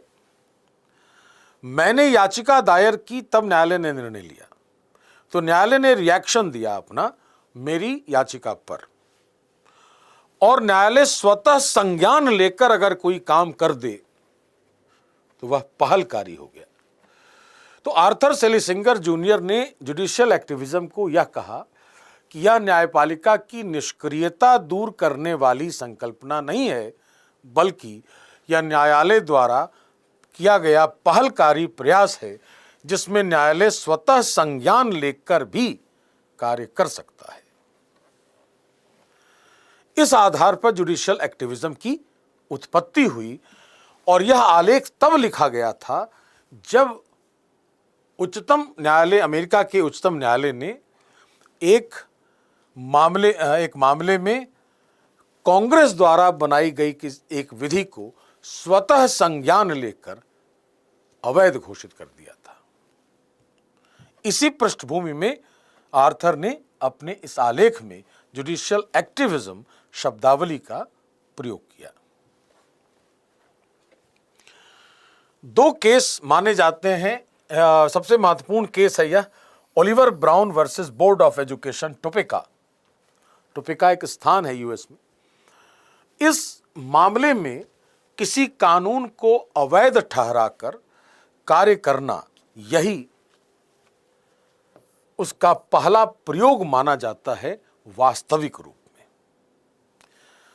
1947 में जो आर्थर सेलिसिंगर ने लिखा कि कांग्रेस द्वारा बनाई गई किसी विधि को न्यायालय ने निरस्त कर दिया है, अवैध घोषित कर दिया है, तो वह न्यायिक सक्रियतावाद है। 1954 के इस मामले में brown versus board of education में न्यायालय ने जो निर्णय दिया, वह निर्णय किसी कानून को अवैध ठहराकर यह कहा कि अब से आगे से यह कार्य होगा। जैसे अधिकारों के संरक्षण की बात कही न्यायालय ने, तो सबसे बड़ा लाभ क्या हो गया कि अमेरिका में जो सिविल राइट मूवमेंट चल रहा था, नागरिक अधिकार आंदोलन, उसको न्यायिक शक्ति प्राप्त हो गई। तो कहा गया कि यह जो मामला था अमेरिका का, इसने न्यायिक सक्रियतावाद को उभार कर सामने रख दिया, जिसकी परिकल्पना आर्थर सेलिसिंगर ने 1947 में की थी। अब भारत की जहां तक बात है, भारत में आने के पहले, अभी जो हम लोग बात कर रहे थे कि 1954 में अमेरिका में उत्पन्न हो गया, प्रकाश में आ गया। 1960-70 के दशक तक यह संकल्पना यूरोपीय लोकतांत्रिक राष्ट्रों में भी लोकप्रिय हो गई थी। भारत में भी 70 का जो दशक है वो बहुत महत्वपूर्ण माना जाता है इस मामले में। क्यों? क्योंकि हम ऐसा मानते हैं कि धीरे धीरे सक्रियतावाद की गतिविधियां भारत में भी बढ़ रही थीं, जिसके लिए 2-3 मामले बहुत अच्छे हैं, जिनमें न्यायालय ने अखबारों में छपे हुए समाचारों के आधार पर संज्ञान लेते हुए बहुत सारे निर्णय दिए। तो एक तरीके से स्वतः संज्ञान हो गया। उसमें कुछ मामले हैं, 3 बहुत चर्चित मामले हैं। ये मुंबई कामगार सभा बनाम अब्दुल थाई 1976, हुसैन आरा खातून बनाम बिहार राज्य 1977 और अखिल भारतीय शोषित कर्मचारी संघ रेलवे बनाम भारत संघ 1981। ये 3 मामले हैं जो न्यायिक सक्रियतावाद की उत्पत्ति को आधार देते हैं भारत में 1970 के दशक के मध्य और उत्तरार्ध में।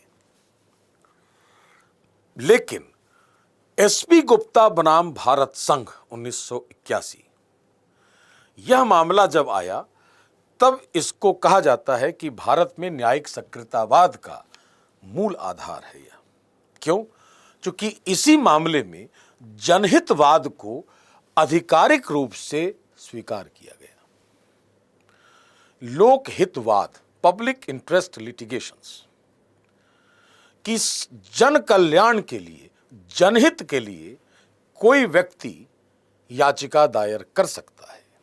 पहले क्या था कि मेरे साथ अन्याय हो रहा है तो मैं स्वयं ही उत्तरदायी हूं याचिका दायर करने के लिए। अब क्या है कि मैं यह देख रहा हूं कि पर्यावरण का क्षरण हो रहा है, मैं यह देख रहा हूं कि अपराध बढ़ रहा है, मैं यह देख रहा हूं कि सड़क पर दुर्घटनाएं बढ़ रही हैं, तो जनहित इससे बाधित हो रहा है, तो मैं अपनी ओर से एक याचिका दायर कर सकता हूं न्यायालय में, न्यायालय का ध्यान उस मुद्दे पर लाने के लिए।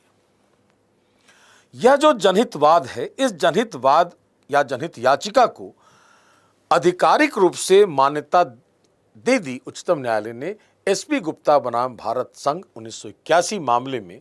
और इस आधार पर हम यह कहते हैं कि न्यायिक सक्रियतावाद की वास्तविक बुनियाद 1981 के इस मामले से भारत में रखी गई। और इसके लिए हम 2 न्यायाधीशों को भारत में न्यायिक सक्रियतावाद के जनक के रूप में जानते हैं। एक है न्यायमूर्ति पीएन भगवती और दूसरे हैं न्यायमूर्ति VR Krishna Iyer. Justice PN Bhagwati and justice VR Krishna Iyer को भारत में न्यायिक सक्रियतावाद का जनक कहा जाता है। कारण यही है कि इस मामले में दोनों ने या बेंच ने यह स्वीकार किया कि जनहितवाद अत्यंत महत्वपूर्ण है लोक कल्याण के लिए और अधिकारों के संरक्षण के लिए। जैसे अगर सड़क दुर्घटनाएं हो रही हैं बहुत, तो उस समय यह देखा जाएगा कि क्या अनुच्छेद 21 का उल्लंघन हो रहा है। एक बहुत पुराना उदाहरण है लेकिन बहुत इंटरेस्टिंग उदाहरण है कि दिल्ली शहर में प्राइवेट बस संचालकों में से कुछ लोग रेड लाइन बसेस चलाते थे दिल्ली में और उनसे एक्सीडेंट्स बहुत बढ़ रहे थे।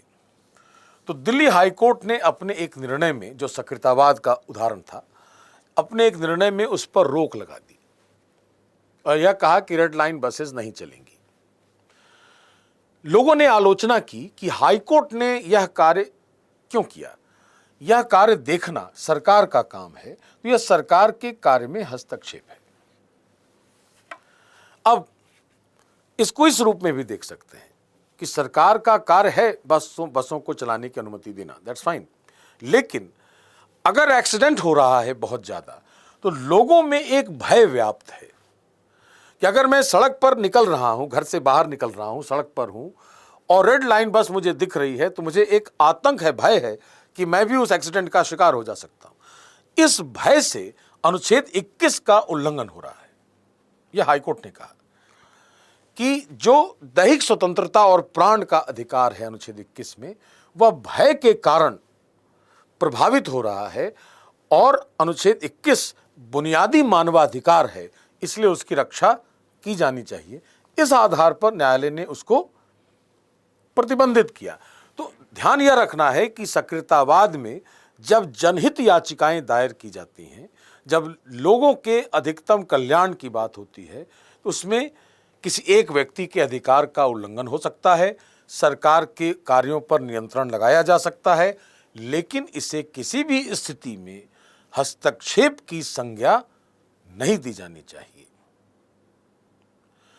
तो जस्टिस भगवती और जस्टिस वीआर कृष्णा अय्यर ने अपने उस निर्णय में यह भी कहा कि न्यायिक सक्रियतावाद कार्यपालिका या विधायिका के कार्यों में नकारात्मक हस्तक्षेप नहीं है, बल्कि यह सरकारों को प्राथमिकताओं के निर्धारण के लिए दिशा निर्देश देता है। सरकारों के पास समस्या क्या हो सकती है कि सरकार को 100 कार्य करने हैं, पहला कार्य कौन सा हो, दूसरा कौन सा हो, तीसरा कौन सा हो, ये प्राथमिकता तय करती हैं सरकारें। जैसे मान लें कि शिक्षा का प्रचार प्रसार भी करना है, स्वास्थ्य की सुरक्षा, स्वास्थ्य भी देना है, नक्सलवाद से बचाना भी है, आतंकवाद से भी बचाना है, वृक्ष लगाने हैं, बहुत सारे कार्य करने हैं। और अभी का जो दौर है कोविड-19, तो हम वृक्षारोपण को पहली प्राथमिकता दें या स्वास्थ्य को? तो सरकारों की प्राथमिकताएं बदलती रहती हैं आवश्यकता अनुसार। कई बार ऐसा हो सकता है व्यवहारिक तौर पर कि हम प्राथमिकताओं का निर्धारण नहीं कर पा रहे, पर्यावरण अचानक से प्रदूषित हो जाए और इधर स्वास्थ्य संबंधी समस्या भी हो जाए, तो पहले कौन यह समस्या का कारण बनेगा। ऐसी स्थिति जब आ जाती है तब न्यायिक सक्रियतावाद की भूमिका सबसे महत्वपूर्ण होती है, और वह इसलिए होती है कि उसका जो निर्णय होगा न्यायालय का, वह सरकार को यह दिशा निर्देश देगा कि आप कैसे प्राथमिकता तय करेंगे। इस आधार पर इसे नकारात्मक हस्तक्षेप के तौर पर नहीं देखा जाना चाहिए, यह हमें ध्यान में रखना है। मैंने शुरुआत में कहा था कि न्यायिक सक्रियतावाद की बहुत आलोचना होती है। आपने भी अखबारों में कई बार पढ़ा होगा कि न्यायिक सक्रियतावाद कार्यपालिका और विधायिका के कार्यों में हस्तक्षेप है, और चूंकि कार्यपालिका और विधायिका स्वयं कार्य नहीं कर पा रही, तो ऐसी समस्या न्यायपालिका को करनी पड़ती है, ऐसे कदम न्यायपालिका को उठाने पड़ते हैं। लेकिन यह नकारात्मक दृष्टिकोण रखकर अगर हम न्यायिक सक्रियतावाद का अध्ययन करेंगे तो हमारी समझ विकसित नहीं होगी और नकारात्मकता को उसमें से हटाने की आवश्यकता है। इस कारण तो जस्टिस भगवती और वी.आर. कृष्णा अय्यर ने यह कहा एस.पी. गुप्ता मामले में कि जनहित याचिका स्वीकार की जा सकती है। कोई भी व्यक्ति, कोई भी थर्ड पार्टी किसी जनहित के विषय पर याचिका लाकर न्यायालय का ध्यान आकृष्ट करा सकता है और न्यायालय अपने दिशा निर्देशों के माध्यम से सरकार को प्राथमिकताओं के निर्धारण में सहायता कर सकता है। इसका उद्देश्य क्या है?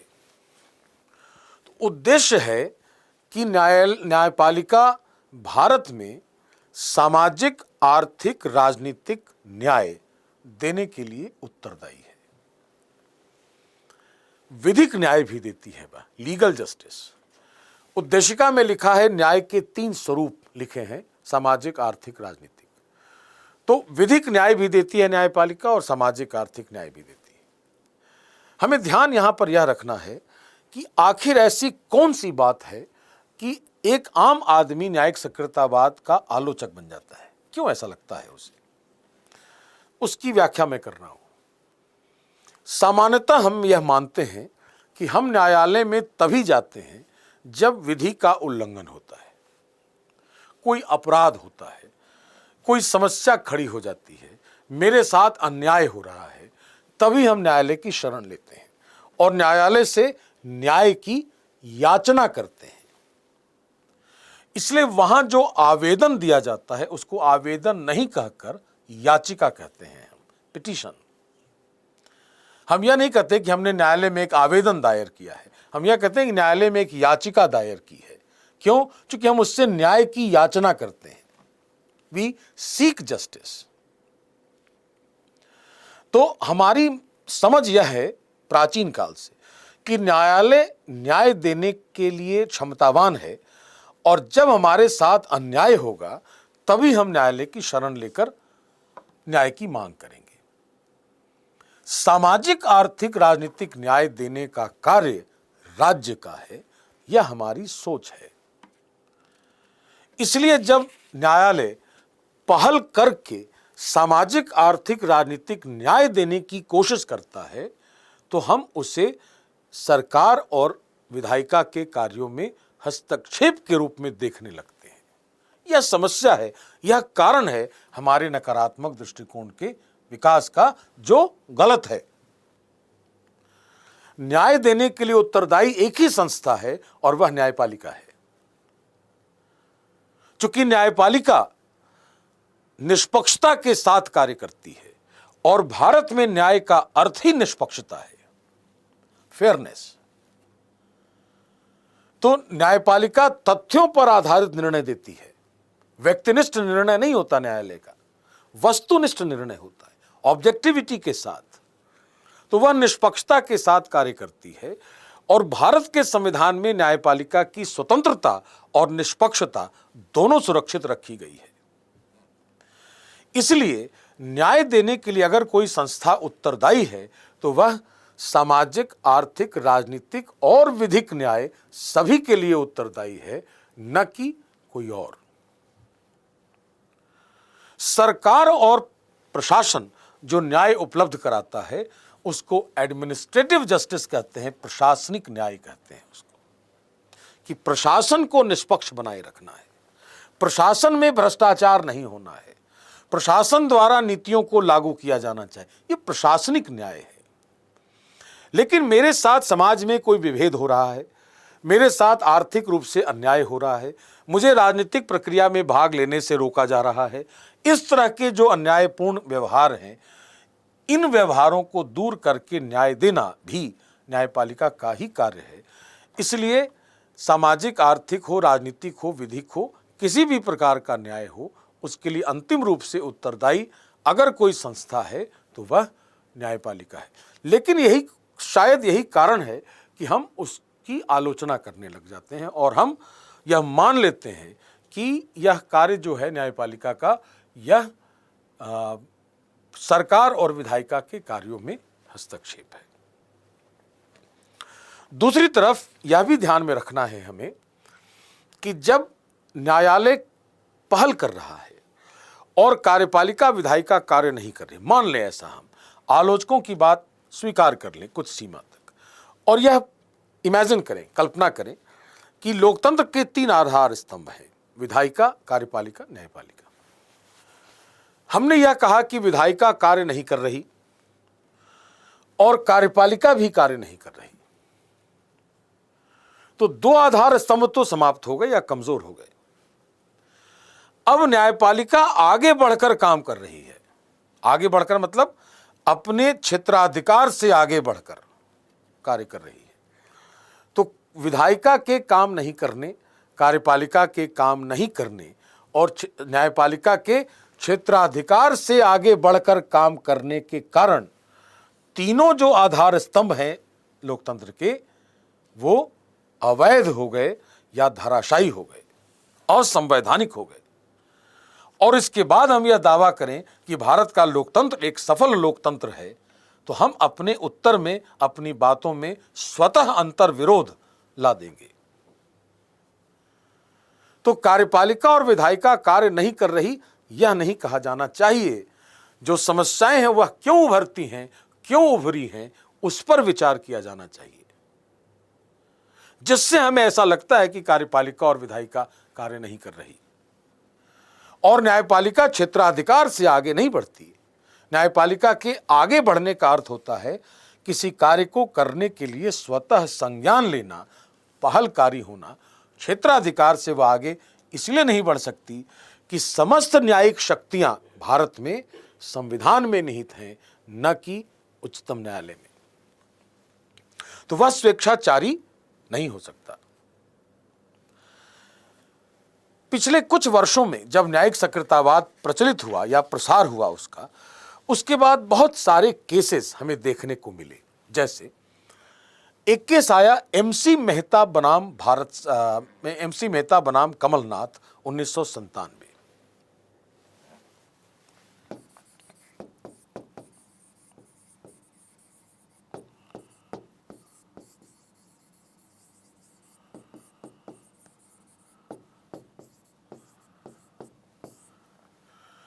इसमें न्यायालय ने एक नए तरह के सिद्धांत की व्याख्या की, जो सक्रियतावाद का एक बहुत अच्छा उदाहरण है, और वह है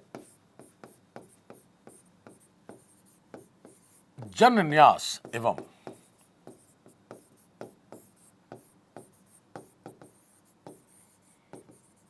पारिस्थितिकी सिद्धांत।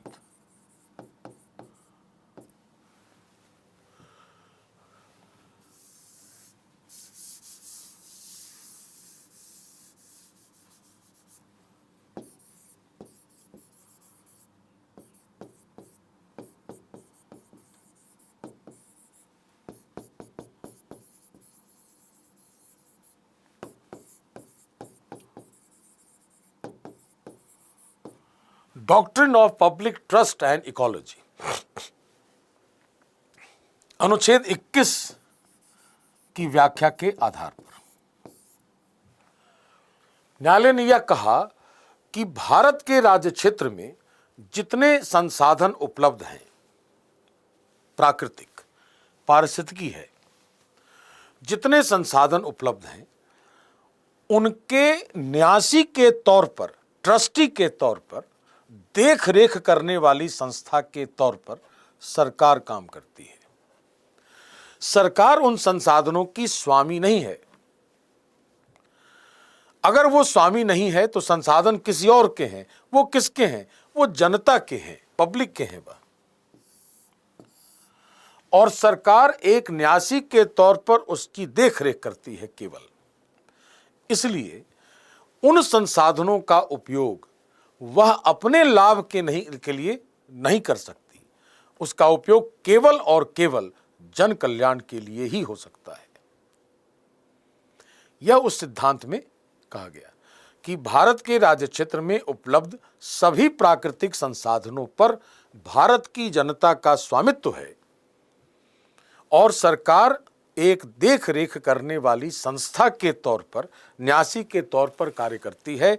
इसलिए सरकार का यह दायित्व है कि वह उन संसाधनों का प्रयोग केवल जन कल्याण के लिए ही करेगी।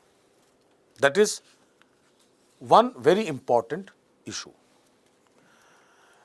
एक केस आया अरुणा शानबाग बनाम भारत संघ 2011।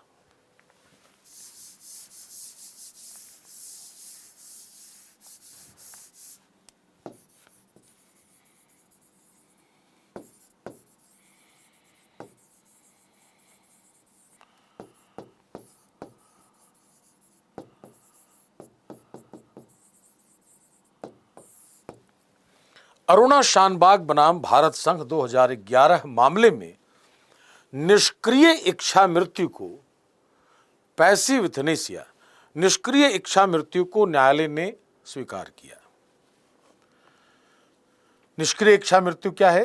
न्यायालय ने यह कहा कि यदि कोई रोगी वेजिटेटिव स्टेट में है, मरणासन है, और उपलब्ध तकनीकों में से किसी भी तकनीक द्वारा उसका उपचार संभव नहीं है, तो जीवन समर्थक प्रणालियों को हटाकर उसे मरने के लिए छोड़ा जा सकता है।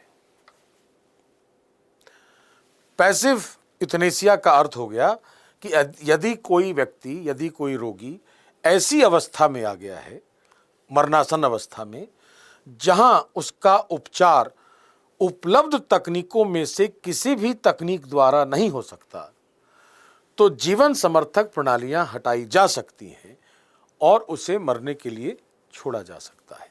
यह निर्णय दिया उच्चतम न्यायालय ने अरुणा शानबाग केस में, जिसको हम पैसिव यूथनेसिया कहते हैं। आपकी जानकारी के लिए यह होना चाहिए कि यह जो विषय है पैसिव यूथनेसिया, यह नैतिकता, नीति शास्त्र का बहुत ही गंभीर आयाम है। उस पर फिर किसी वीडियो में हम लोग चर्चा करेंगे। इसके अलावा तीसरा जो केस है वह है के.एस. पुट्टास्वामी बनाम भारत संघ।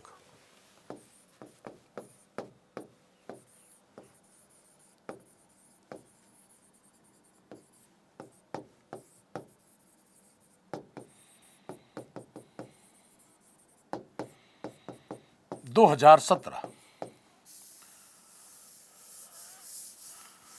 इस मामले में न्यायालय ने कहा कि निजता का अधिकार, राइट टू प्राइवेसी, मूल अधिकार होगा।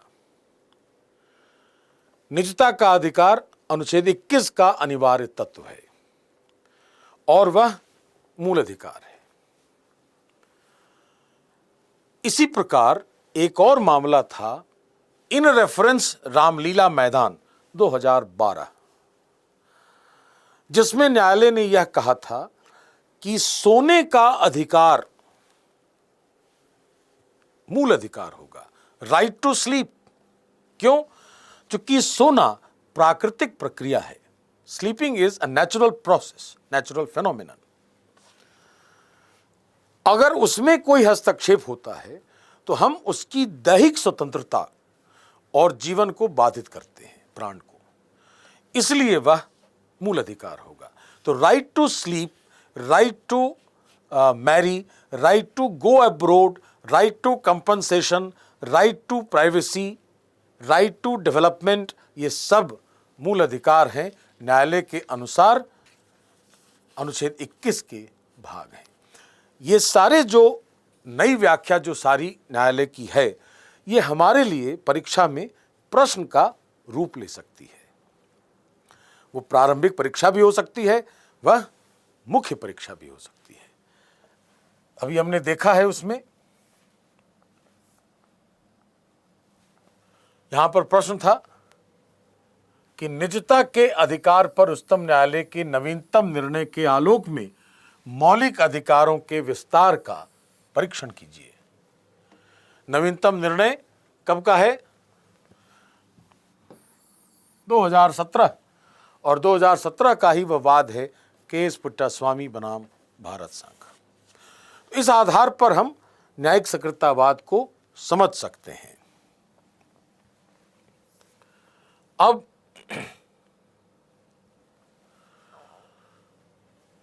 न्यायिक सक्रियतावाद 1990 के दशक के बाद बहुत तेजी से बढ़ा है।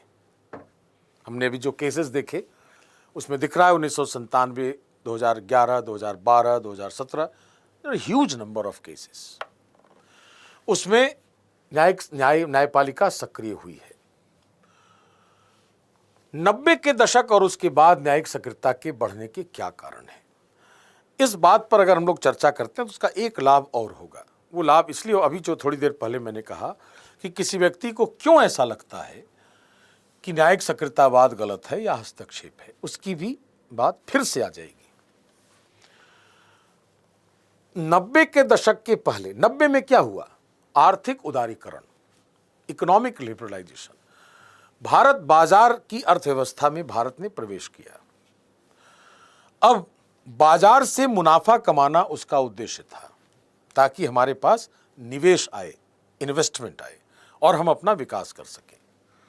लेकिन समस्या क्या हुई कि जैसे हम बाजार में प्रवेश करते हैं वैसे निजी क्षेत्र को आमंत्रित करते हैं, तो निजी क्षेत्र शोषणकारी होता है, क्योंकि वह मुनाफा और अतिरेक, प्रॉफिट और सरप्लस दोनों कमाना चाहता है, पूंजी का संचय करना चाहता है, पूंजीवादी प्रवृत्ति विकसित होती है, ऐसा माना जाता है।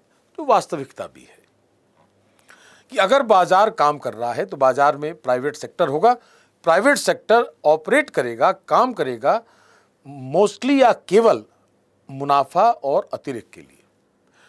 वो चाहेगा कि अधिक से अधिक पूंजी उसके पास संचित हो, तो पूंजीपतियों की संख्या बढ़ने लगती है और पूंजी का संचय होने लगता है, जिससे बाजार में, समाज में पूंजीवाद की प्रवृत्तियां बढ़ जाती हैं और निम्न और मध्यम आय वर्ग के जो लोग होते हैं उनकी समस्याएं बढ़ जाती हैं, आय की विषमताएं बढ़ जाती हैं। औसत आय बढ़ती जरूर है, लेकिन दो व्यक्तियों के आय के बीच का जो खाई है वह बड़ी हो जाती है, जिसको हम कहते हैं सापेक्ष गरीबी, रिलेटिव पॉवर्टी। जैसे जब बाजार में प्रवेश नहीं हुआ है, जब ऐसी स्थिति नहीं है, तब क्या होगा कि हो सकता है किसी व्यक्ति की आय 1 रुपया हो और दूसरे की 100 रुपये हो, तो यह निरपेक्ष गरीबी का शिकार है, एब्सोल्यूट पॉवर्टी। मतलब वो बुनियादी चीजों को भी खरीद नहीं पा रहा। लेकिन एक समय ऐसा आएगा बाजार में जब इसकी आय 1 रुपये से बढ़कर हो सकता है 1000 हो गई हो। लेकिन अगर कोई पूंजीपति हो गया तो जिसकी आय 100 रुपये थी वो बढ़कर हो सकता है 1,00,000 रुपये हो जाए। तो यह जो डिफरेंस है 1 रुपये और 100 रुपये का, यह डिफरेंस बहुत बड़ा हो जाएगा यहां। तो आय की विषमताएं बढ़ जाती हैं, यह बाजार का एक प्रतिफल है। ऐसी स्थिति में सरकार की भूमिका क्या होती है कि सरकार इस गैप को बढ़ने नहीं दे और सरकार यह प्रयास करे कि इस लेवल पर जो व्यक्ति है उसकी आय बढ़े, ताकि आय की विषमताएं कम से कम हो, न्यूनतम हो और लोगों का शोषण नहीं हो। इसके लिए राज्य को नीतियां बनाने की आवश्यकता होती है।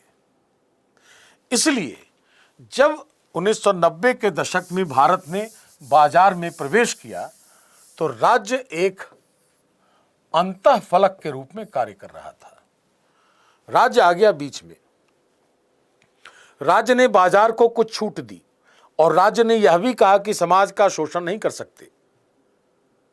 एक उदाहरण दे रहा हूं और कि अगर निजी बैंकों को आने की अनुमति दी गई है तो निजी बैंक भी मुनाफा अर्जित करेंगे, लेकिन सरकार ने यह भी कह रखा है कि सभी बैंकों को अपने कुल साख का, कुल ऋण का 40% प्राथमिकता वाले क्षेत्रों में देना होगा। प्राथमिकता वाले क्षेत्र कौन से हैं? जो निम्न और मध्यम आय वर्ग के हैं। तो सरकार ने बीच में आकर, राज्य ने बीच में आकर मुनाफा कमाने के लिए बाजार को भी प्रेरित किया है और समाज को शोषण से बचाने का प्रयास भी किया है। यह स्थिति है 90 के दशक के बाद। दूसरी स्थिति क्या हुई है कि जैसे जैसे शिक्षा का प्रसार बढ़ा, जैसे जैसे हमारा संपर्क विश्व के अन्य देशों से हुआ, हम अपने अधिकारों के प्रति जागरूक हुए। और जब अधिकार हमें समझ में आने लगे तो हमने सेवाओं की मांग की कि we want water, we want food, we want employment, हमें रोजगार चाहिए, शिक्षा चाहिए, स्वास्थ्य चाहिए, हमें यह सुविधा चाहिए, तकनीक चाहिए। अलग अलग सेवाओं की मांग हमने बढ़ाई और हमारी जो अपेक्षाएं थी वो बढ़ गईं।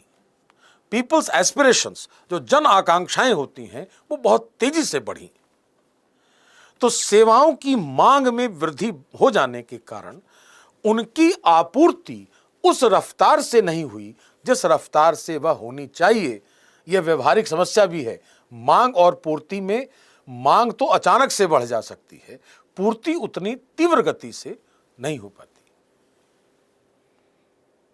ऐसी स्थिति में सेवाओं की मांग और पूर्ति के बीच एक असंतुलन उत्पन्न हो गया 90 के दशक और उसके बाद, और उसने प्रशासन की जटिलताएं भी बढ़ा दी और जनता की आकांक्षाएं भी बढ़ा दी।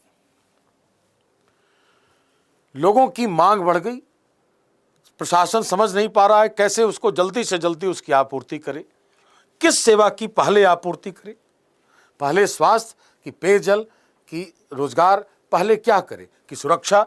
तो प्राथमिकताओं का निर्धारण कर पाने में राज्य को समस्या आने लग गई। ये नई स्थिति उभर कर आई 90 के दशक और उसके बाद। तो सबसे पहले क्या हो गया कि बाजार का विकास हुआ, जिससे पूंजीवादी प्रवृत्तियां की बढ़ने की आशंका आ गई, समाज के शोषण की आशंका हो गई। तो राज्य ने दोनों के संतुलन के लिए अपनी भूमिका बढ़ाई। लेकिन अधिकारों की जागरूकता बढ़ जाने के कारण जन आकांक्षाओं में, जनता की अपेक्षाओं में तीव्र गति से वृद्धि हो गई, सेवाओं की मांग बढ़ गई और प्रशासन की जटिलताएं बढ़ गई, जिसने सेवाओं की मांग और पूर्ति के बीच एक असंतुलन उत्पन्न करा दिया। और उस असंतुलन को दूर करने के लिए जो कार्य करने थे, उनकी प्राथमिकताओं का निर्धारण कब और कैसे हो, इसमें समस्याएं आने लग गईं राज्य के सामने।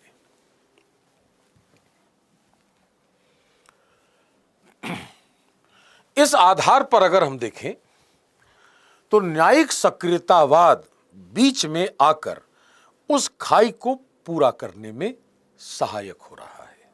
कैसे कि पहल करके सरकार, न्यायपालिका ने यह कहा कि राज्य को अमुक अमुक कार्य पहले करने चाहिए, जिससे सामाजिक, आर्थिक, राजनीतिक न्याय उपलब्ध हो।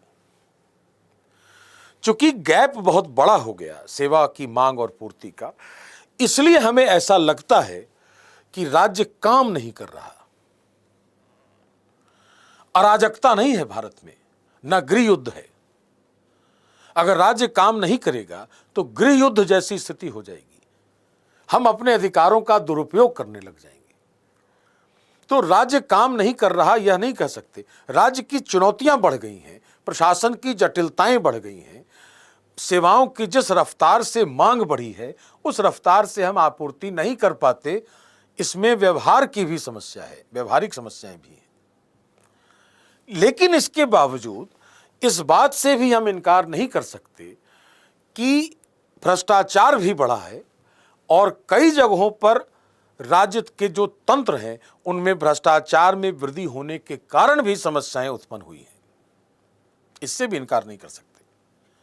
लेकिन इस आधार पर यह कह देना कि राज्य और विधायिका काम नहीं करती, यह तार्किक प्रतीत नहीं होता। चुनौतियां बढ़ी हैं यह कह सकते हैं। राज्य के कुछ एजेंसियों में, राज्य में कुछ जगहों पर भ्रष्टाचार में वृद्धि के कारण सेवाओं की आपूर्ति में व्यवधान होता है, यह समस्या है, यह चुनौती है। यह कहना गलत होगा या अतार्किक होगा कि राज्य काम ही नहीं करता। तो ऐसी स्थिति में सरकार कोई भी हो, उस सबके सामने सभी सरकारों के सामने यह समस्या रही 1990 से लेकर अब तक। वो जिस राजनीतिक दल की भी हो, इट हार्डली मैटर्स, वो मायने नहीं रखता। सत्तारूढ़ दल कौन है यह मायने नहीं रखता। सरकार का जो कार्य है वो संस्थागत है, नियमबद्ध है, संविधान के दायरे में है। इसलिए सभी सरकारों को यह समस्या आई है कि प्रशासन की जटिलताएं बढ़ गई हैं और उधर जनता की मांग बढ़ती जा रही है। कैसे उस खाई को समाप्त करे, कम करे। इसकी वजह से समस्या क्या हुई है कि जब खाई बढ़ जाती है तो एक और समस्या बढ़ती है। वो क्या है कि खाई तो खाली रह नहीं सकती। क्यों? एक सिद्धांत है विज्ञान का कि वैक्यूम डज नॉट एग्जिस्ट, निर्वात नहीं होता। लेकिन अगर खाई बढ़ गई, एक एजेंसी यहां है सोसाइटी और एक एजेंसी है राज्य, दोनों के बीच की खाई अगर बड़ी हो गई है तो वह रिक्त नहीं रह सकती, कुछ ना कुछ चाहिए उसको भरने के लिए। तो जब इसमें क्या है, एग्जीक्यूटिव, लेजिस्लेचर, इसमें तो लोग हैं, इसको भरने के लिए कुछ चाहिए। ये कौन भर रहा है? इसमें ये भरा जा रहा है अपराधियों द्वारा, आतंकवादियों द्वारा, नक्सलियों द्वारा। इसका मतलब कि अपराधियों को यह छूट मिलती चली गई उस दौरान कि समाज और राज्य एक दूसरे से दूर होते जा रहे हैं और उनको आसानी से उनके लिए वो फर्टाइल ग्राउंड बन गया। अगर न्यायपालिका बीच में इस खाई को भर दे, अपने दिशा निर्देशों से वह राज्य को प्राथमिकताओं का निर्धारण करने में सहयोग दे दे और राज्य प्राथमिकताओं का निर्धारण करके अपने कार्य सुनिश्चित करा दे और सेवाओं की पूर्ति की दर में वृद्धि हो, तो यह खाई धीरे धीरे घटने लगेगी। ऐसे होगी और जैसे जैसे वो नजदीक आता जाएगा, आपराधिक प्रवृत्तियां और अनवांटेड जो गतिविधियां हैं वह धीरे धीरे समाप्त होती जाएंगी। उस स्थिति को क्या कहेंगे? गुड गवर्नेंस, सुशासन, जनता के लिए शासन, जनोन्मुख शासन, पीपल ओरिएंटेड गवर्नेंस। इसका मतलब यह हुआ कि इस बढ़ती हुई खाई को पाटने के लिए जो दिशा निर्देश न्यायालय दे रहा है सक्रियतावाद के जरिए, उससे राज्य प्राथमिकताओं का निर्धारण कर रहा है और वह उस खाई को पाटने में मददगार होगा।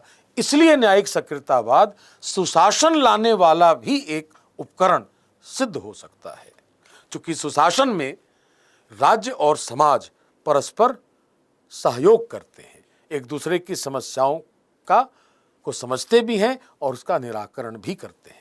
इस आधार पर भी यह कहना उचित नहीं होगा कि न्यायिक सक्रियतावाद कार्यपालिका और विधायिका के कार्यों में हस्तक्षेप है। इतना जरूर कह सकते हैं कि अगर सक्रियतावाद बढ़ता है तो जिन जगहों पर भ्रष्टाचार है, जिन जगहों पर किसी सरकारी तंत्र के किसी व्यक्ति कर्मचारियों ने भ्रष्टाचार के कारण रुकावट डाली है, अगर कोई सरकारी तंत्र वाकई काम नहीं कर रहा भ्रष्ट होने के कारण, उसका करेक्शन भी कर सकता है और उसको समाप्त भी करा सकता है। तो न्यायिक सक्रियतावाद प्राथमिक रूप से सरकार को सहयोग देने वाली संकल्पना है, न कि उसमें हस्तक्षेप करने वाली।